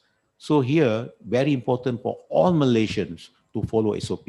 Because if everybody follows SOP, if everybody did not follow SOP, the first will be affected with frontliners. Army, police, healthcare worker will work round the clock, number one. Number two, our public, particularly B40, will suffer. Number three, the businesses had to be reclosed, like what happened in Amanjaya. When Amanjaya and Kota Star, you can see they suffer. Airline, you can see. In Singapore, they cannot move. But at least in Malaysia, our Asia Mass Airline can move between state. And then tourism out. So effect is a lot, not only to frontliners, not only to B40, but to the country as a whole. So it's very important we follow SOP next. And this is a commentary by the Malaysia goes slow on COVID-19 reopening for good reason. I told you, this is by CNA, by Reuters. And we have MCO, followed by CMCO, and then after that, RMCO. Okay, next. And this is very important, special messages for all of you down there. SOP, 3C, crowded places, avoid confined places, and then close conversations, and you must practice 3W, wash, warn, and wear. And you can see here what I'm holding here, and here. Look at what I'm holding now. This is the book. All of you, this is Norma Baru. Norma Baru, you can download it. You can download this from the MOH website. The new norm for all Malaysians. These are the new norm that we have to live with. We have to live with COVID-19 for at least 1 year, because currently there is no available vaccine. What are the available vaccine now? The only available vaccine currently available are, number one, physical distancing. Number two, this one, wearing the mask.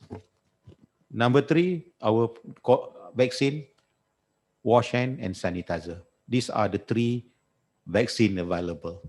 So all of you follow SOP, physical distancing, wear mask, wash, and if you follow that, at least, studies have shown it will protect up to 80%. So while waiting for vaccine to be developed, so these are the current vaccine that we have. Physical distancing, I repeat, wear mask and wash. But in reality, if you look at, not many Malaysians comply. Some comply, some did not comply. They still shake hands, and they still, when they are in the crowded areas, they still did not wear masks and so on. So these are very important for us to follow. And again, I'll take the opportunity. Just now, my second slide shows December 31st, Wuhan. Why December? Because they already got the cases in October. October, November, and December, Wuhan became the peak at that time. Why October?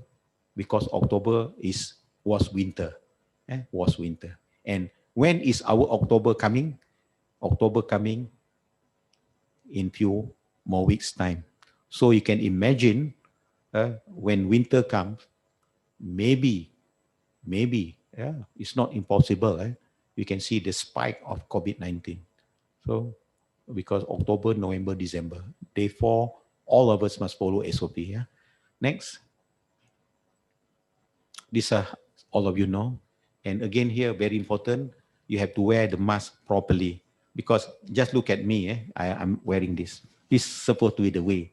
But a lot of people did not wear SOP properly. They wear like this. So thanks, their chin will be protected. So they will cover the chin, not the whole nose and mouth. So it's no point. You are only covering the chin. So your chin will not get COVID, but you still get COVID. So wearing it properly also very important. Next. And again, this is what we mentioned in this book, CAPP. CAPP, Cegah, Amal, Patuh, and Pantau. For non-Malaysian, C mean Cegah mean you have to protect, yeah, and meaning you must follow all the new norm. In this context, in C mean for Malaysian, cegah, you must educate yourself, follow the new norm. That is C. Then when you understood, like I mentioned to you earlier, you understood, you already given the knowledge how to wear the mask. That is C. But A mean amal. Amal mean practice. You know you have to wear the mask, you must practice. But what happened? People know to wear mask, but they don't practice. Why? They keep their mask under the chin or they keep in the pocket. Mean they don't practice. So C, A. P mean patuh. Patuh mean you have to comply. Another P is pantau, means somebody must monitor. For example, in our hospital, we have somebody monitor. If our staff did not wear PPE, we'll take action against them. So CAPP is vital, and you can get this from this book, and you can download from the internet, from MOH website. Next. So these are healthcare workers who work day and night, and now they are struggling in Sabah and also struggling in Kedah because of new cluster. You know why? What happened in Kedah? Because someone supposed to be quarantined did not do that. So you can see, just because a few people did not follow the SOP, and the whole state suffers. Next. And this is what I want to say to my healthcare workers lah, who work very hard. And just imagine, for those who work in COVID ward, after they come back home, they will not hug their wife or their husband or their kid. All of them scared, because they scared they will transmit the virus to their families. So some of them, they refuse to go home. They stay in the hotel, they stay in the hostel or whatever. So I think all of you need to follow SOP, at least give them ample time. So what we did currently, we have developed the team A, B, C, and D. So when team A work, team B will rest, so give them ample time. And they cannot work more than 4 hours because they will sweat. When they sweat a lot, they will get COVID. And then if our staff get COVID, it will be like in other countries. In countries that, they will not want to work in a hospital. And then we must keep increase their morale and boost their morale and so on. It's not only healthcare workers, other frontliners like bomber, the bomber, army, police, immigration, and so on. Next. So these are backliners I mentioned to you. They are also equally important as frontliners. They prepare the strategies. They prepare the tactic, how to attack the virus, how to kill the virus, what sort of drug to be used, and so on. Next. And last and not least, all of you, Delima Selase Duku Mengkudu, terima kasih, thank you. I love all of you. Thank you. Unless I was mentioned, somebody would like to ask question. I don't mind if the time permits. Yeah, it's up to back to organizers.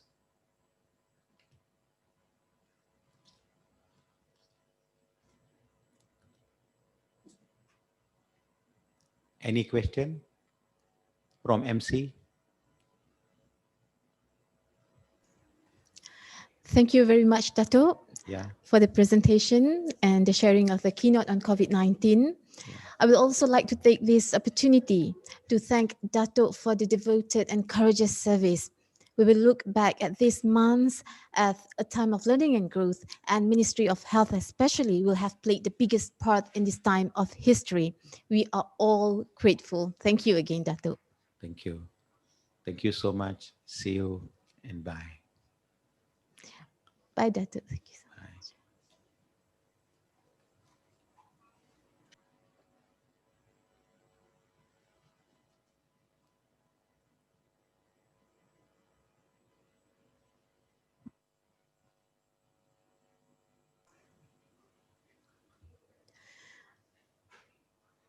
Ladies and gentlemen, next we are honored to introduce our next keynote speaker, Dr. Rahmat Iskandar Khairul Shazi from Shazi Innovation Solution. Ladies and gentlemen, Dr. Shazi is currently the Technology Director for Shazi Innovation Solutions, focusing on social capital data analytics. He oversees the rollout of consultancy services that measure clients' internal and inter-organizational networks' effectiveness, the development of those networks in supporting business, firm culture, as well as associated interventions.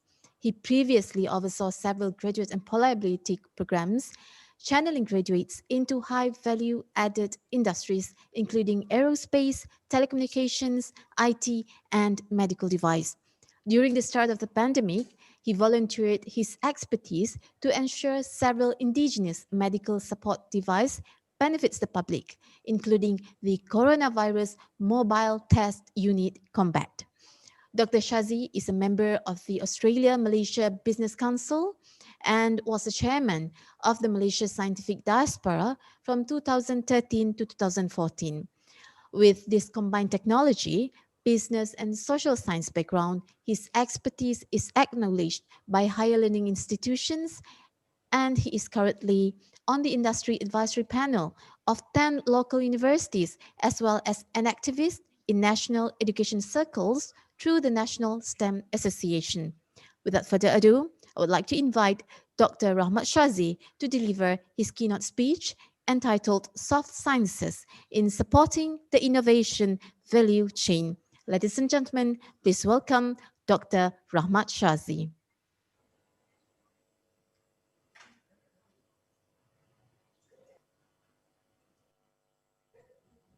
Bismillahirrahmanirrahim. Alhamdulillahirabbil alamin wassalatu wassalamu ala asyrafil anbiya'i wal mursalin wa ala alihi wa sahbihi ajma'in. Assalamualaikum and a very good morning, ladies and gentlemen, professors, Datuks, Datins. Thank you very much for joining us this morning at the International Soft Science Conference. I would like to actually take this opportunity to thank UUM for the trust given to me in giving this keynote speech to set the tone of the overall conference. This morning, I would like to actually talk about soft sciences, its value in supporting the innovation value chain. Now, this particular concept or rather idea, perhaps some of you may believe that it's been beaten to death, but guess what? We haven't actually succeeded in actually getting a lot of our novel ideas across the board. So this morning, I would like to actually take the opportunity to actually reframe our thinking, our understanding as to where soft sciences fit in. Because one of the gaps in supporting the innovation value chain, defined as the valley of death, requires us to actually get technical ideas across from people who create those ideas to those who will actually take it to the market and get end users buy-in. And as you will hear from this particular session, this keynote, you will understand that soft sciences play a central role in making that happen. Yeah. So without further ado, I would like to actually just give you an overview of today's keynote session. I'm going to talk first about definitions. We really need to understand what it is that we're dealing with. Because sometimes there are, or rather there are misunderstanding as to what elements are, what constitutes the innovation value chain, what constitutes soft sciences, and how they actually, where the interplay between these segments or these fields of understanding come about. Then we'll talk about mapping these particular definitions, these elements to the innovation value chain. Or prior to that, I will talk about the innovation value chain, what it is through the definition and segment, mapping it to the elements of the innovation value chain, especially the categories of research that will be presented during this particular conference. And then I will unpack the mapping from each of these categories to the innovation value chain segments. Yeah. So that way, everybody will see where innovation, or rather, where soft sciences play a critical role in ensuring that novel ideas get to the market, becoming innovations. So before we go any further, perhaps an understanding of what innovation, or rather a revisit. Yes, and I believe some of you might be surprised at how innovation is defined elsewhere in the world. Then we'll talk about the innovation value chain, what soft sciences are, things that you represent, the support activities that's required in innovation value chains, the creative work behaviors required to generate novel ideas, and the implementation work behaviors that's required to ensure that those creative elements get to the market, get to the end users rather. Yeah, and I'll skip over RDBC at this point in time. Definitions, ladies and gentlemen. Let's take a look at how the OECD defines innovation. If you take a look at the screen, extremely simple funnel. These are the elements that make up innovation. I mean, you can read through the Oslo manual, the latest version that was published in 2018, about 260 pages. But if you go through that, if you leaf through that, you will see that when it comes to innovation, it's just these elements that come into play. They are novelty. The idea that's generated must be novel. There must be a new angle to it somewhere. End users. There must be end users that actually take up that particular idea, that use it, that give feedback. And the market, there must be a market uptake of this particular idea. Only then will these creative ideas get to become innovation. I repeat, these three elements need to be there. Novelty, creativity to be there, end users and market uptake. Yes. Unfortunately, yeah, in some regions, we notice that the way innovation is defined omits end users or market uptake. You see that, yeah? People calling novel ideas, oh, here's our innovation. OECD does not consider it to be an innovation. Innovation researchers around the world do not consider it to be an innovation. And yet, we see a lot of parties calling creative ideas innovations for various reasons. We don't need to actually delve into that, because that will be a bottomless pit of conversation. But what I want to impress upon you, ladies and gentlemen, at this point in time is that these are the critical elements that make up innovation. And you will see later on, I will keep mapping this, you will see later on how soft sciences play a role in ensuring these elements are there. Now we'll talk about the innovation value chain. Earlier I mentioned that yes, innovations require novel ideas, end users, market uptake. Take a look at the overall innovation value chain as defined by Jensen in 1997. Yes, this is the model that we really need to actually grapple with. Notice that I put other very famous, or rather very popular approaches at the bottom of this diagram. You see design thinking there. And design thinking is a great way of generating ideas, or rather culminating in the creative work behavior segment. This is where ideas are generated. And then RDBC, an innovation pipeline that's very much practiced in Malaysia. And RDBC takes those particular ideas from the idea generation stage all the way to the idea championing stage. Does not talk about idea implementation. So these two fall under those parts of the innovation value chain. So quickly, innovation value chain is made up of two phases, each phase consisting of two stages. For the creative stage, we have the problem identification, and as the name suggests, it's where we really identify what is the root cause of problems that we see, or indeed opportunities that exist. Then we look at idea generation, and this is where ideas are devised. Creativity comes into play. People look at different options that can be brought together, that can be integrated to solve a particular problem. So these two phases make up the creative stage of the innovation value chain. And there are work behaviors associated with that. When you see the word behavior, you see where I'm getting at with soft sciences, yeah?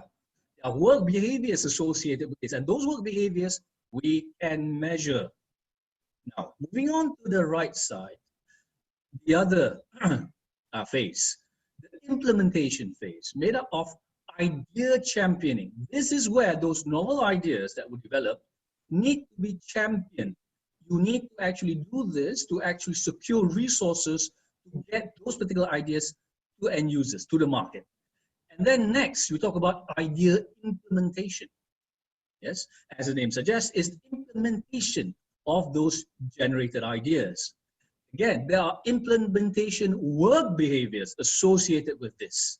And because there are work behaviors associated with this, there are socio-psychometric elements. Socio-psychometric elements. Now, I believe a lot of you would be familiar with sociometrics, psychometrics. This is where soft sciences play a critical role, not just supporting the overall innovation value chain that I have just highlighted, but also the support activities. That's technology audit and readiness.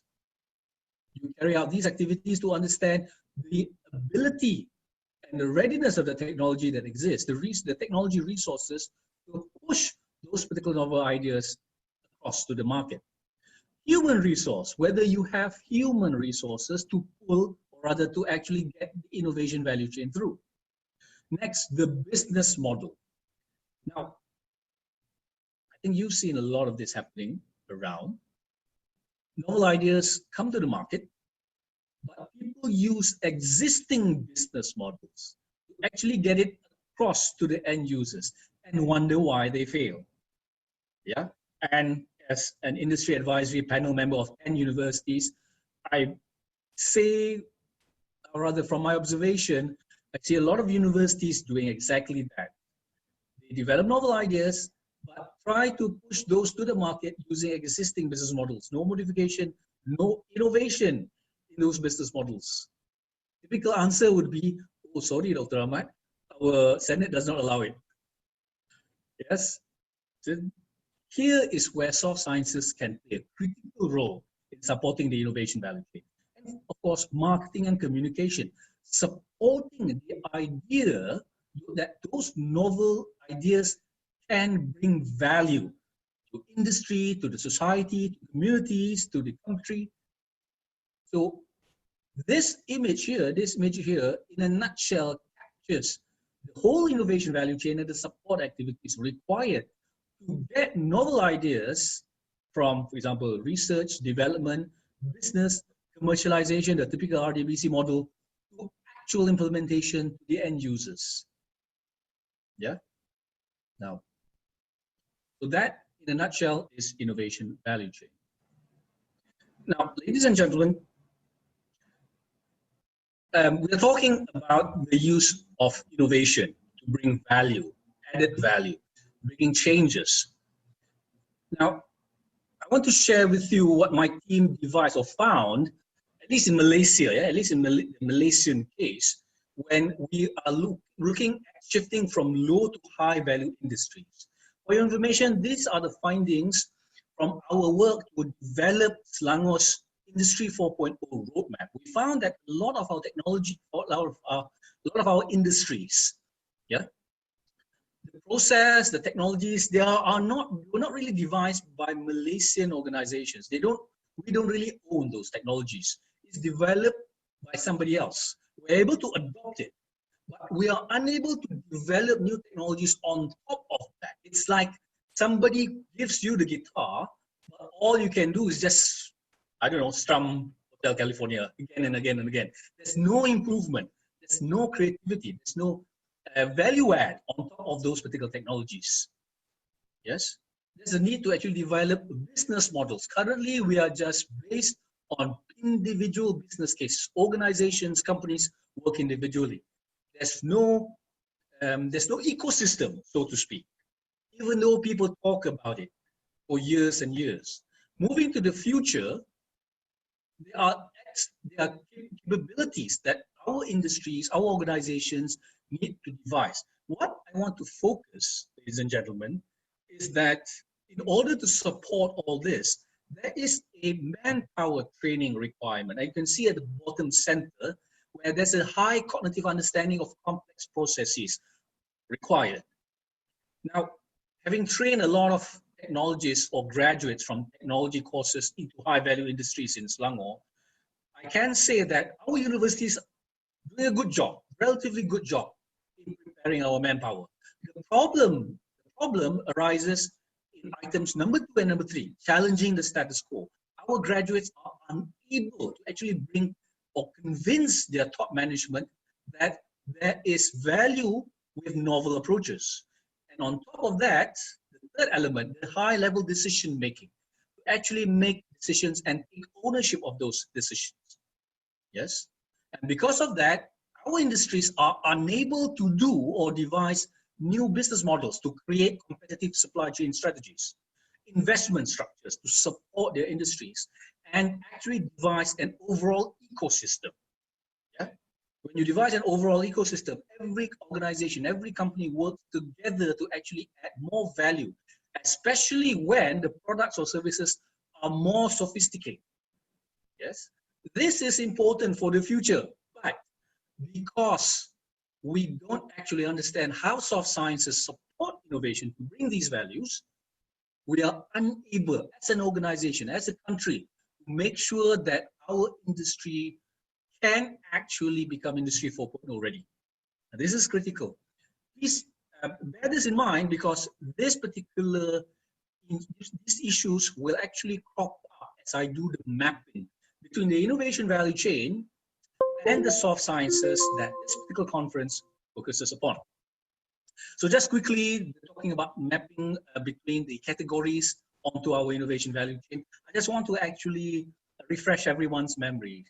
What categories are we looking at? Well, there are 5 categories. Category A, we're looking at economic, financial analysis, policies, business innovation. Now so what I'm going to do is actually put a bit more focus on category A, yes, because business innovation is critical to ensure that technical novel ideas get to the market, yes, and entrepreneurship. So category A. Category B, we're talking about leadership, institutions that we build. Which institutions do we build?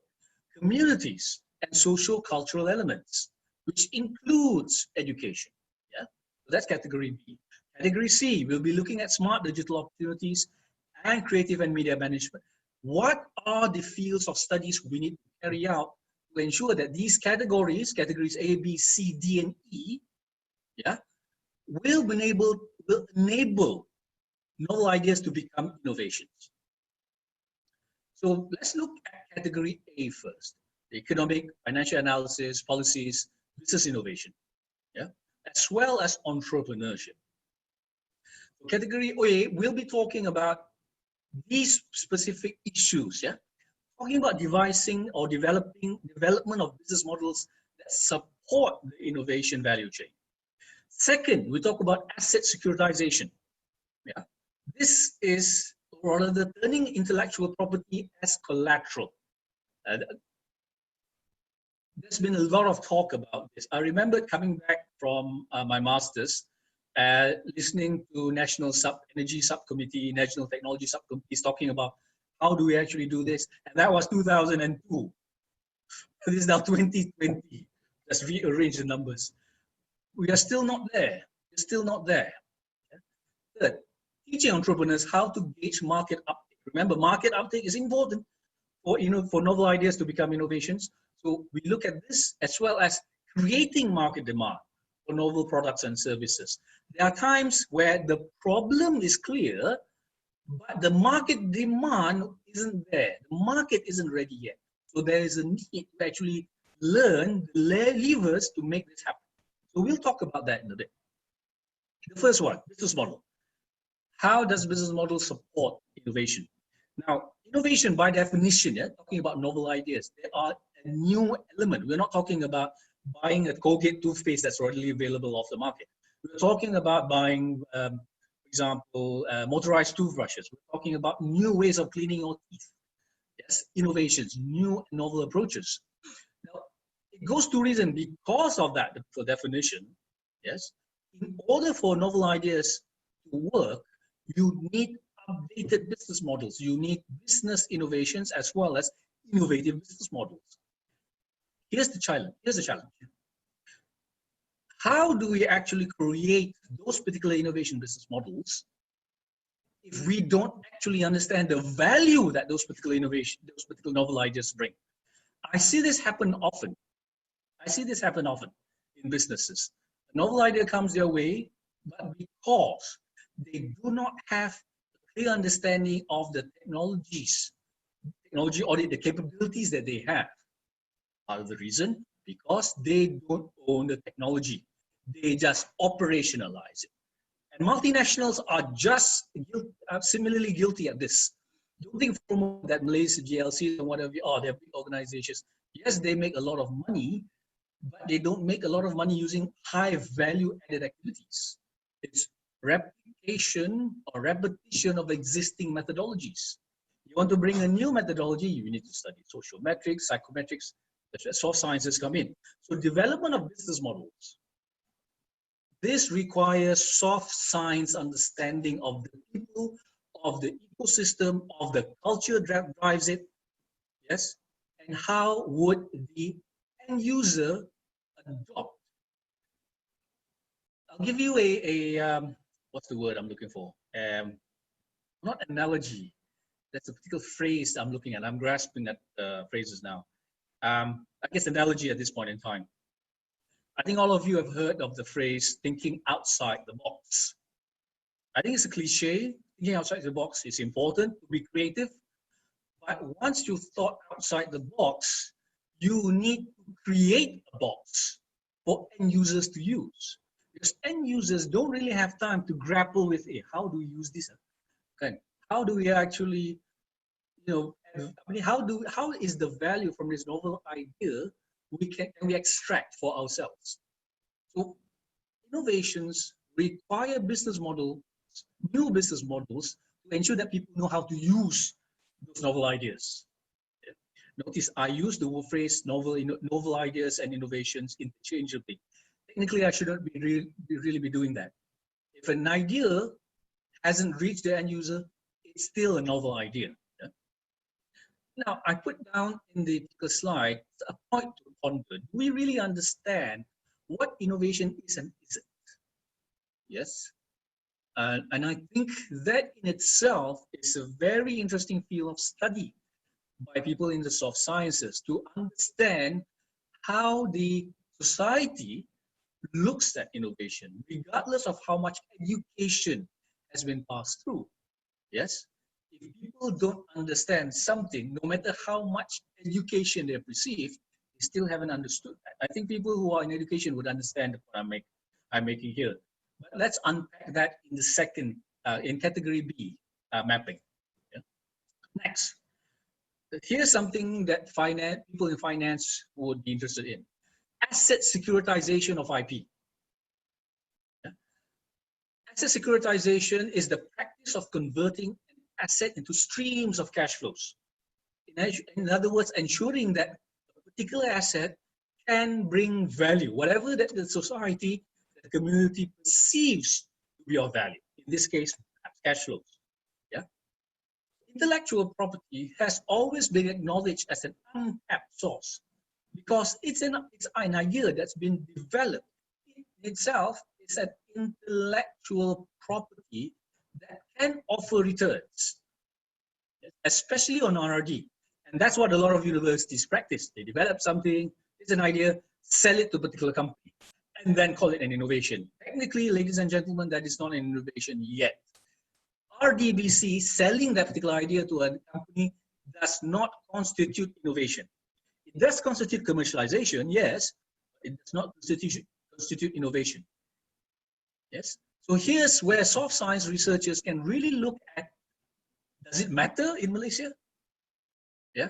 Does it matter whether an idea gets to the end user or not? If it doesn't, then they might actually have to ask the question, why do we have a MOSTI? Why is there a need for innovation? Isn't all that's required is just to commercialize novel ideas? We don't have to innovate. And that in itself is a very, very big field of study. If you look into research into innovation, there's a lot of discussions revolving around this. That's because years ago people said, yeah, innovation is important. Now asking, Where is it important? Where does it matter? Where does it not? Yeah. So getting back to IP securitization, how it actually captures the additional value from that particular idea, that particular IP. Yeah. So that we can see that, hey, out of these novel ideas, perhaps there's 10 novel ideas, 10 patents. Out of these, 2 is relevant in our country. 2 is relevant in this particular context. Yes. And there's a lot of study that's required to really understand which ones matter, which ones don't.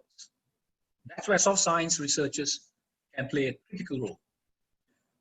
Just quickly talking about asset securitization, there are 3 elements that such an asset should have: stability and certainty of cash flows, availability of a large diversified portfolio, something that novel ideas sometimes can deliver, and abundance of historical statistical information. Now, out of these 3 items, number 3 is kind of a challenge because by definition and innovation, novel ideas, they are new. There is no historical statistical information. So we need to actually develop methods to tackle the issues of 1, 2, and 3. 1 and 2, not so much, because there's a lot of understanding around asset securitization. But asset securitization of IP needs us to devise ways to tackle item number 3. Unpacking this further, there's a need to show the following potentials. Intellectual property royalty financing. Can that IP really create a cash flow? How would that cash flow come about? Where is the value stream? It could be the value stream is just a perceived notion. A perceived notion. But then perceptions drive actions. Perceptions drive behaviors. That's where soft science, again, that's where soft science can play a critical role in supporting this royalty financing development, yeah, this potential development. Secondly, loans collateralized. We're talking about how can IP be turned into a loan collateral. Of course, you need to convince the banks to part with their money. That's not very easy, especially when an IP does not have item number 3. So you can see there's a recursive link between these items. Whenever there's a recursive link, you know that that is a very interesting field of study. The challenge, though, is to determine whether it matters. Ladies and gentlemen, that here, for asset securitization of IP, that matters. And if something matters, you should actually study it. Finally, the sale or license back of transactions. Whether you can actually make some sort of cash flow from licensing. Interestingly enough, yeah, asset securitization has been practiced by the music industry a lot more than any other industries. The thing is, we have MOSTI, we don't really have Ministry of Music. So in our country, the context really requires us to look at the development of methodologies to support item number 3, the abundance of historical statistical information, bridging that missing link. So here's our challenges in doing that. 1, legal issues. How easy or how difficult is it to actually transfer rights? Secondly, financial condition and credit status of licensees. Can the people, can the organization planning to buy these IP, can they really afford it? Do they really have the money? Are there ways of supporting them in order to ensure that they can afford it? I'll give you an example, some pitfalls of opportunistic behavior.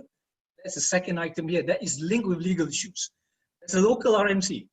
I will not name this university in order to protect the guilty. Yeah, local RMC. They actually want to own an IP. They did not actually develop the IP, but they do not want to take up the debts that was incurred in developing. It's like telling a PI, a university PI, not primary, something investigator. Yes, I believe you researchers would know a bit better. A PI is told, okay, this is your KPI, you need to develop this. But guess what? We're not going to give you the funding. You have to look for it yourself. Okay, fine. But the money doesn't come through. The researcher, the PI, is not given the resources to carry out their own KPIs. Yeah, and I'm actually involved on the other side in this particular transaction. And I thought, wow, if university RMCs do not understand the value of IP, our researchers have a big problem. Big problem. Thirdly, costs of securitization. In order to securitize the asset, there will be costs associated. So there must be a proper value chain, because when there's a value chain, it's easy to actually justify those particular costs of legal issues, managing pitfalls of opportunistic behavior, and managing the cost. Now, moving on to the next item, teaching entrepreneurs how to gauge market uptake. And in other words, measuring, will the market buy something? There are three elements that need to actually be incorporated before gauging this market uptake can work well. First, the team must understand at least or have a technical know-how of the value of the thing that's being offered. Whatever technology, whatever IP that has been devised, they must really appreciate, understand both the tangible and intangible value. Tangible value, I think finance researchers, finance consultants can do that very well. The intangibles, that's where the sociologists play a critical role. Yes? So sociologists will have to work closely with the technologists to ensure that the value is clearly marked out. Secondly, buy-in skills. Yeah? Because one, you need to secure resources to implement those particular ideas, and then to get end users to say, you know what, this is a great idea, we will actually buy it. We'll actually, put our hard-earned cash to actually secure this. So you need buy-in skills. In the past couple of years, I've judged a number of presentation competitions, including for ASEAN region, and what the judges found was that there is a big gap in buy-in skills of our presenters, graduates, undergraduates, researchers, even lecturers. So we need to close up this gap. And this is where sociologists, even people, especially people from the performing arts, believe it or not, from the performing arts, can play a critical role. Because if you think about it, in performing arts, in improvisation, you need to ensure that your message gets across. You need to be able to measure whether your message gets across. So they can play a critical role here. And finally, thirdly, the ownership propensity to execute that.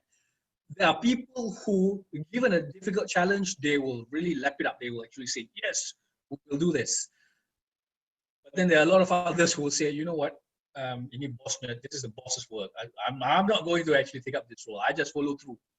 So this is where psychometrics play a critical role to really determine who has ownership propensity to actually execute a plan. To take, for example, using the OCEAN model, OCEAN, the 5 factors inventory. Those psychologists will understand what I'm talking about. Measuring those particular propensities to determine, okay, this person should take ownership. This person should support, should become the follower, should not become the leader. This is where soft science, again, play a critical role. Yeah. Here we go. I'm just talking about this. The know-how, not just an individual's personal assessment, a sociometric assessment by the people around them.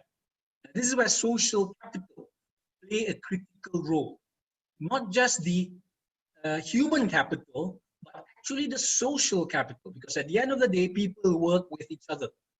It's the social capital that we need to measure. Buy-in skills, I was just talking about this earlier. We need to look at paralanguage and communication chemistry. These, from my previous work for the Selangor State, these two elements play a critical role. If I'm not mistaken, in our statistical analysis, almost 68% of the effectiveness of securing buy-in comes from these two elements alone. 68%.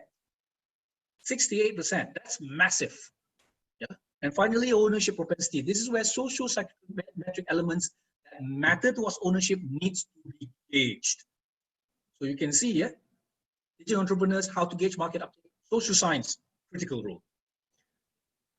Just quickly, I would like to take perhaps 2 minutes to talk about social capital. Social capital is made up of 3 elements: relational, This is where soft skills come into play. Or in industry, we call it core skills. It's not soft skills anymore, ladies and gentlemen.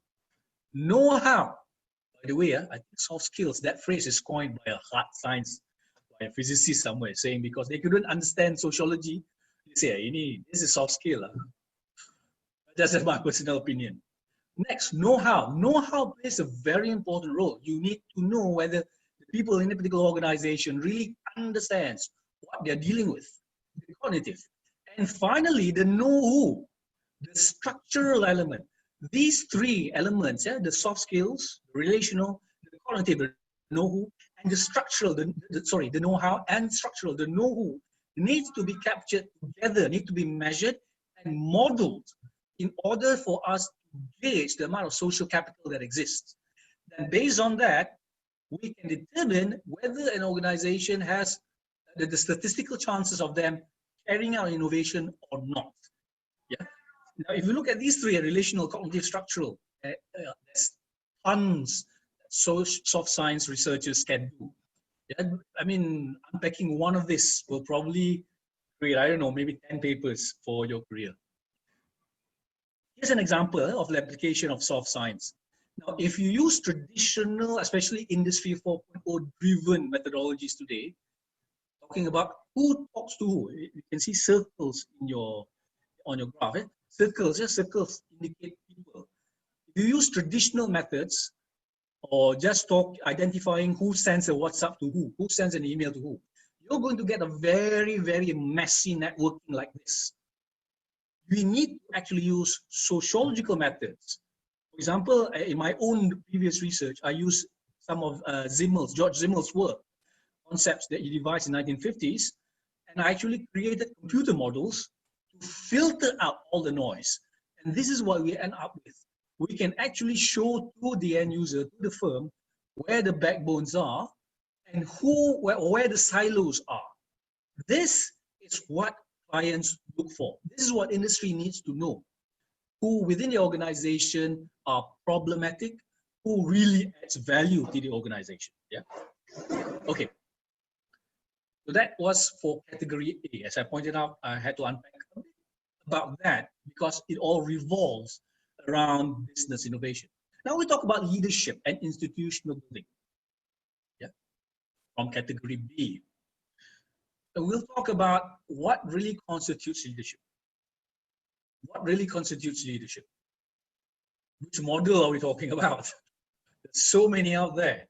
How do we actually recommend to our, for example, clients, if you're a consultant, how do we actually decide which ones fit their context and how they can leverage on it? Next, how does community and its culture, the culture that they practice, is important to support innovation? What kind of cultures or communities are very supportive of innovation? Which ones do not? Now, bearing in mind, just because a culture does not support innovation does not mean it's of no value. There is the value. Yeah? And that's where us, as soft science researchers and for example, practitioners need to play our role. And finally, what education brings to the table to support elements in category B. Now, when we talk about leadership, we need to understand which model is relevant. This is where soft science researchers can actually contribute. If you actually measure, for example, an organization's context, what are the cultural drivers, the ones that drive as well as retard their culture, then you can actually not only develop the advisory ability, but actually give that advisory to tell those organizations which leadership model to use, because there are quite a number out there. Do they actually adopt the one that has directive, collaborative leadership? Do they actually adopt something else? Yes. Which one is supportive? Now, low-value industries that are more based on consumption rather than production of new ideas, then a simpler leadership model is better suited to them. But for high-value industries, they can't. I'll give you an example. One of our findings, whilst we were developing the Selangor Industry Roadmap, 4.0 roadmap, we found that the DISC model is suitable for Industry 3.0, but it's not suitable for Industry 4.0 determination. Yes, so we're not saying that the ISSC is useless. We're saying it's useful for the previous type of industry, not for the new industry that we're supposed to embrace. So that's one element that, for example, soft science researchers can focus on, because as we know, psychometrics are related to leadership. So if you choose the wrong psychometric model to actually adopt a different kind or level of industry, it's not going to work. And guess what? Industry is going to make a lot of noise about it. And as you know, good news travels fast, bad news travels faster. The moment they hear, hey, that university can't do this properly, yes, no matter where you are in the ranking, it's not going to work. Unless that's not your direction, unless that's not what the Senate's direction is. But then I believe UUM will actually adopt the right direction. Next, what kind of institution is needed? Yes, what kind of organization is required to support the need? I'll give you a case study here. The Research Management Agency, the RMA, that was supposed to be set up back in 2015. I actually attended the briefing session that the consultant, I think Pemandu at the time, the consultant gave. They were saying that the problem that universities, research management centers have is that there's more than one channel of funding. Now, I left industry at the time, academia at the time, and went into industry, and I said, no, that's not the problem that universities have. They need access to multiple support to ensure their ideas get to the market. Yeah? So that in itself is a misunderstanding of what kind of institution is needed because of the wrong problem being identified. That's where soft scientists can actually play a critical role in directing policies. I have had the pleasure of actually working for the UK government. This was back in 2011, 2012. We actually did research to identify the publications from the Advanced Institute of Management UK. And based on that particular research, we made a recommendation, and in 2012, that agency was shut down. Yeah? We saved the UK government almost £30 million. The research didn't cost more than £20,000. So sometimes, of course, it was only possible because there was a collaboration between soft science and so-called hard science, coding. Yeah.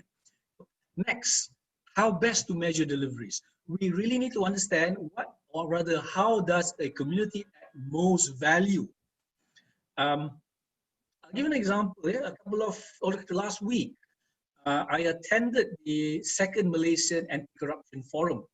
And they were talking about transparency. And interestingly enough, one of the elements that was raised, they were talking about, hey, transparency in the community doesn't mean there's no corruption. Wow. Why? No. I use social capital as an example because in that organization, or the community of organizations, yeah, the social capital, there was excessive social capital. People saying, this is the current practice, so it must be okay. But in actual fact, SPRM was saying, no, this is not okay. Beggot Road, this is not possible. And yet, everybody says, hey, it's transparent. So that was a very, very interesting point of discussion. So soft science researchers can actually go deep into ethics, for example. For example, you look at Islamic work ethics, Catholic work ethics, Buddhist work ethics, and map it out to show that perhaps under the current circumstances with Industry 4.0, we actually need to go back to religious work ethics as a drawback, as a basis for our particular research. Next, we go into community building. We're talking about what's relevant and what matters. I really want to focus on, if you notice, I put up two pictures on the right side. The top is the G-Wiz. It was one of the first electric cars in the world. And then at the bottom is the Proton Juara. Those of you who were born, or rather who had to actually buy a vehicle back in the 2000s would probably be familiar with that vehicle. Now, both were great commercial failures, even though they were relative successes at other parts of the world. Why does it happen? Because the right community to support support these particular endeavors. Bearing in mind, Proton Juara technically was a relatively good vehicle, from a technical perspective. Yes, but different cultures adopt different needs.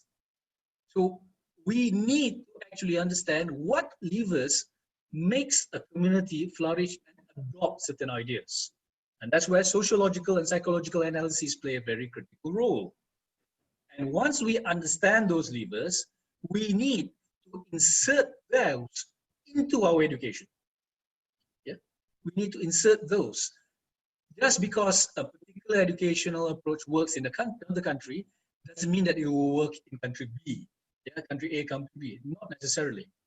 And such a community, building the right community, means it can support the development of innovative culture to avoid the technology valley of death, which I show in the next slide. Yeah. Notice that particular graph indicates organizational commitment against time. As a particular technical idea is developed, this is the typical graph. And once ideas have been devised here, right, suddenly people realize, alamak, this is not easy to adopt.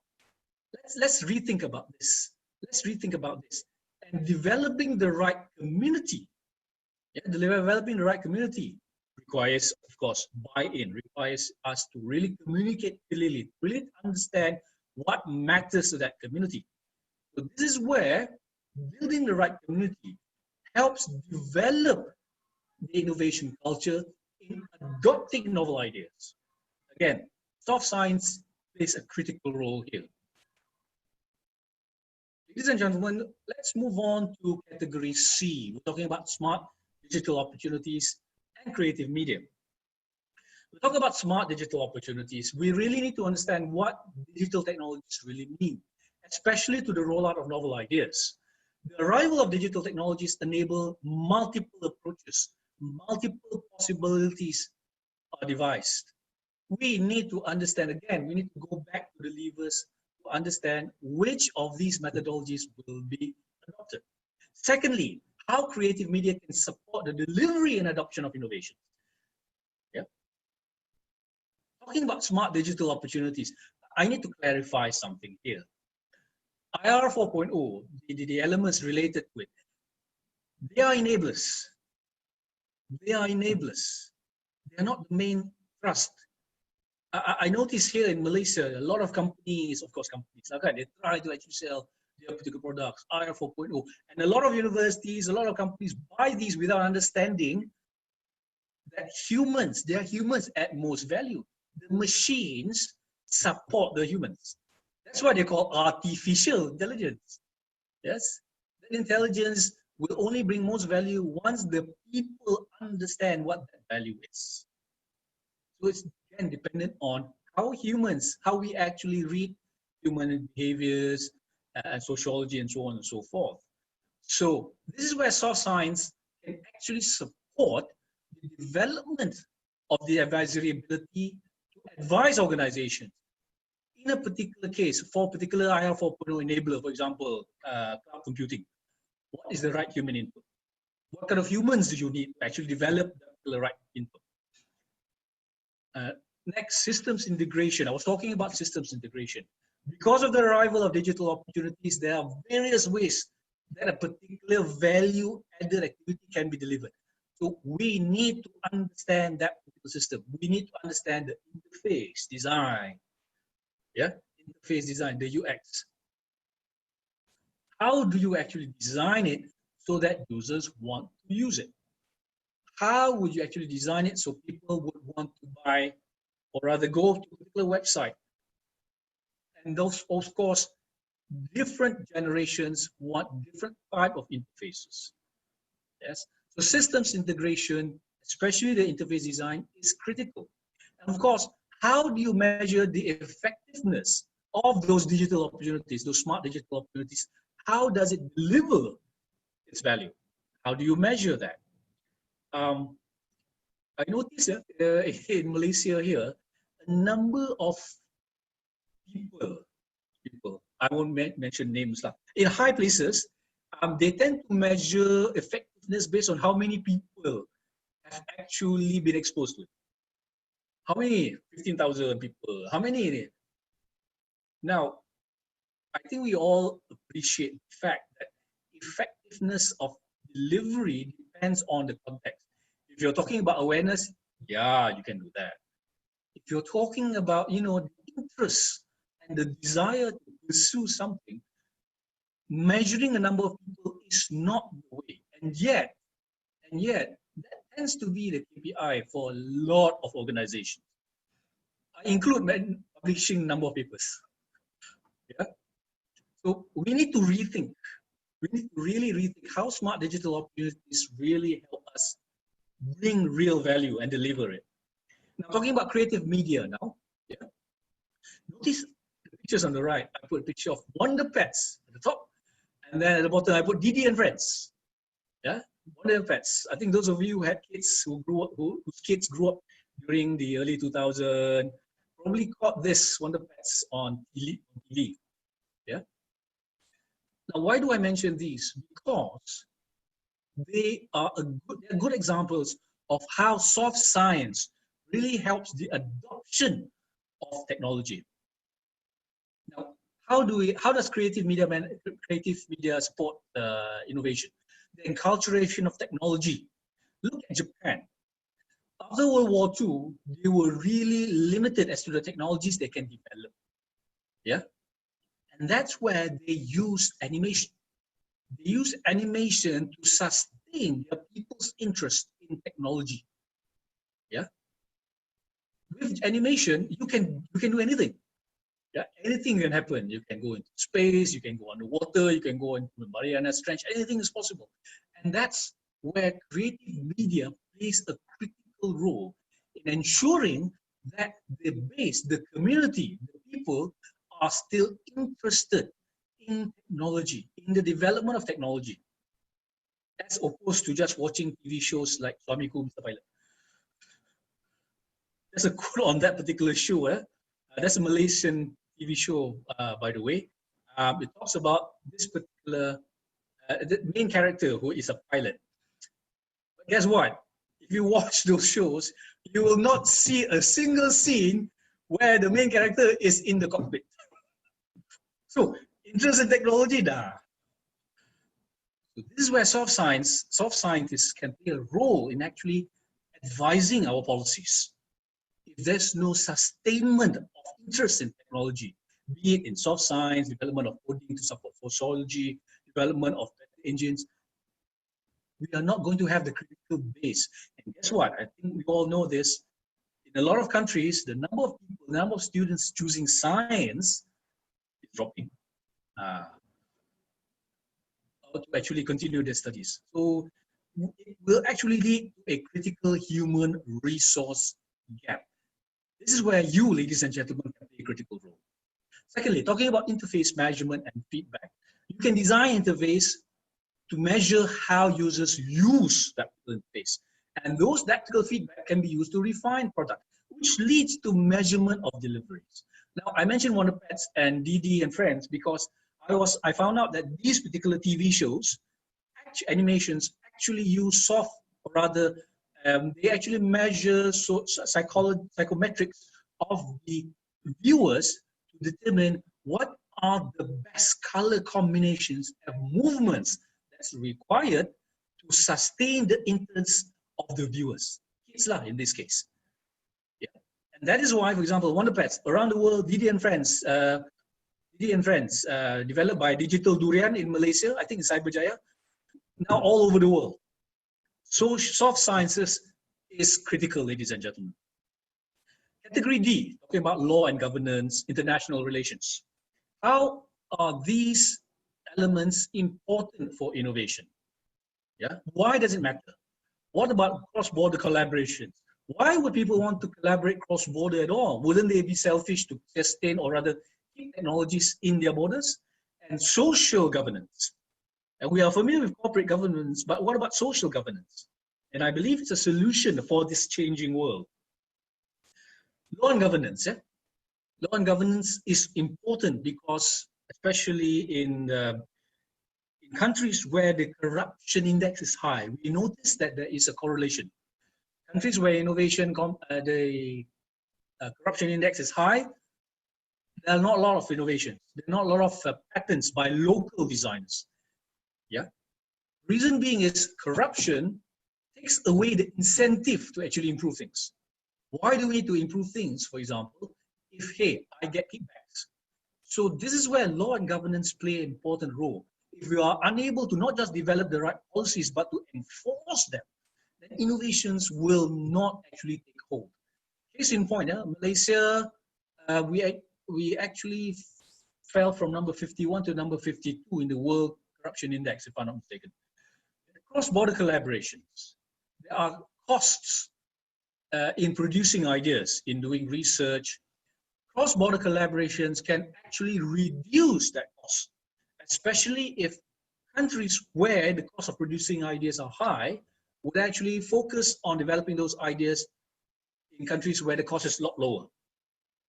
Yeah, in the production of ideas, not necessarily in the implementation. It could be that countries, the expensive countries, have better idea implementation value chain in place. On top of that, intercultural elements. Yes, the addition of different points, the addition of different perspectives would be important to create a very creative idea. Because the reality is research is expensive. Research is very expensive.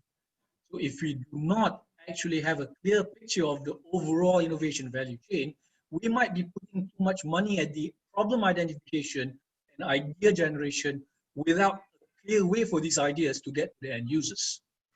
And social governance. Social governance where we rely on the society to actually govern the way we behave. Yeah?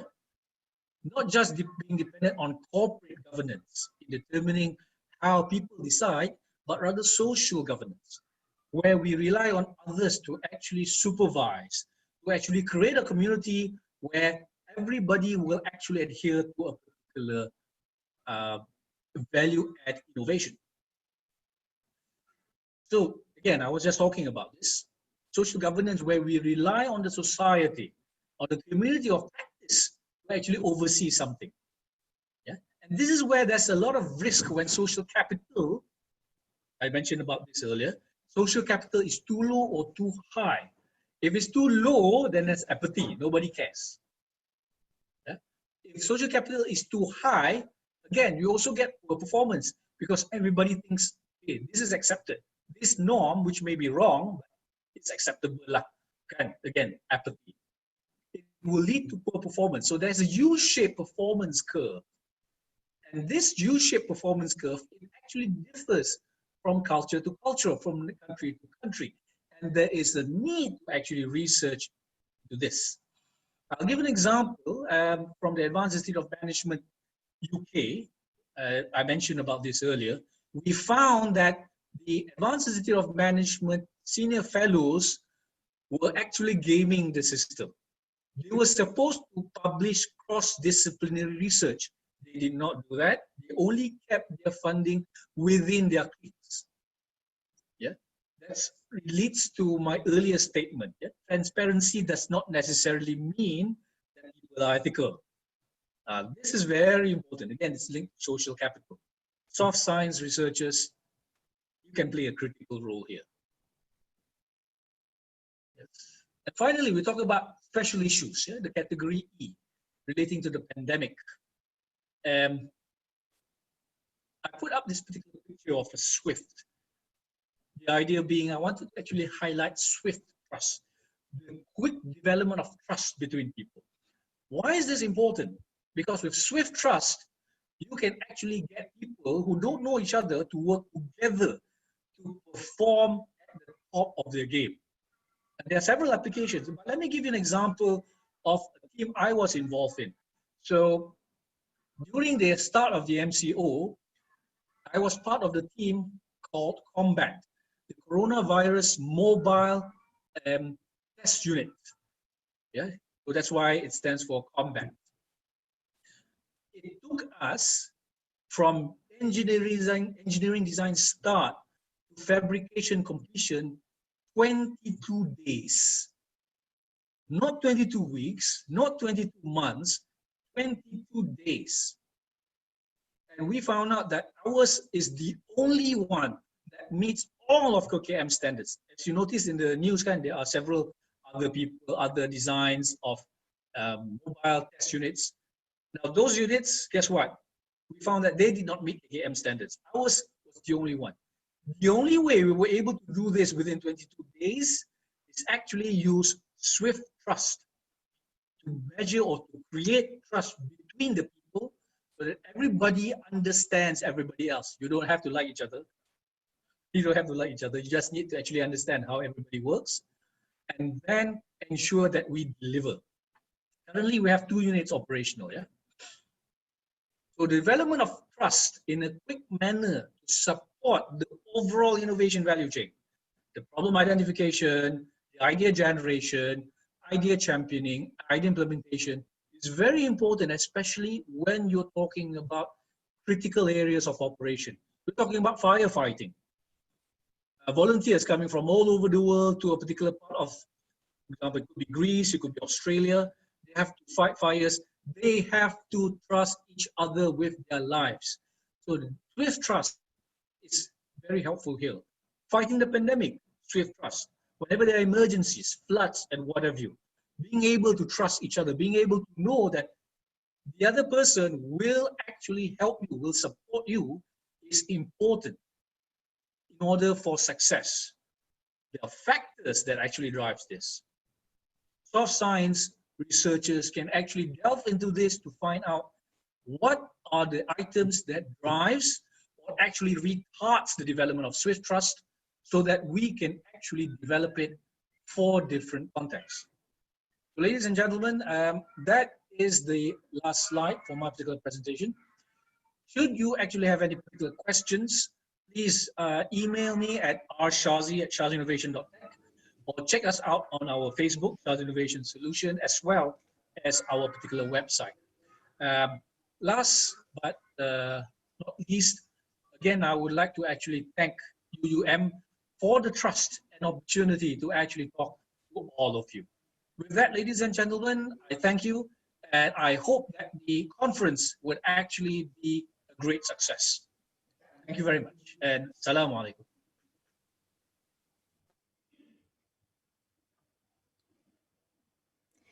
Thank you, Dr. Rahmat, for the presentation and the sharing of the keynote on soft sciences in supporting the innovation value chain.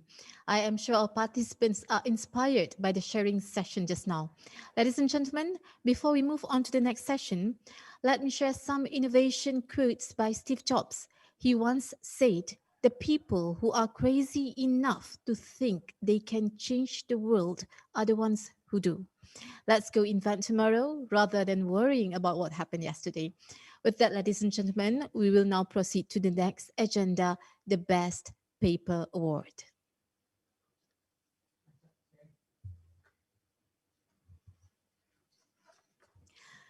Well, ladies and gentlemen, throughout the months preparing for the 6th ISSC 2020, we have received close to 120 papers from all over the world. Out of the 104 papers accepted to be presented in this conference, we have selected a number of outstanding papers from the total submission in the conference.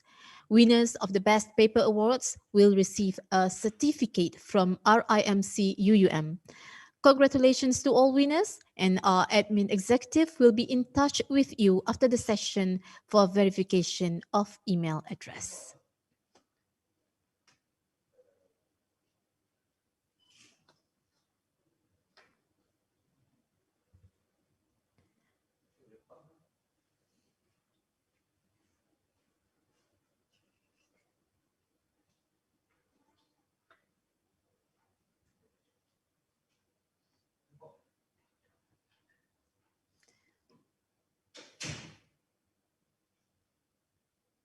Well, ladies and gentlemen, we will try showing you once again the Best Paper Award. These are the best article, and the best of the best is the article entitled "The Entrepreneur's Environment Next is understanding the entrepreneurial training, skills, and networking for youth business sustainability. Well, ladies and gentlemen, this is the end of the opening ceremony.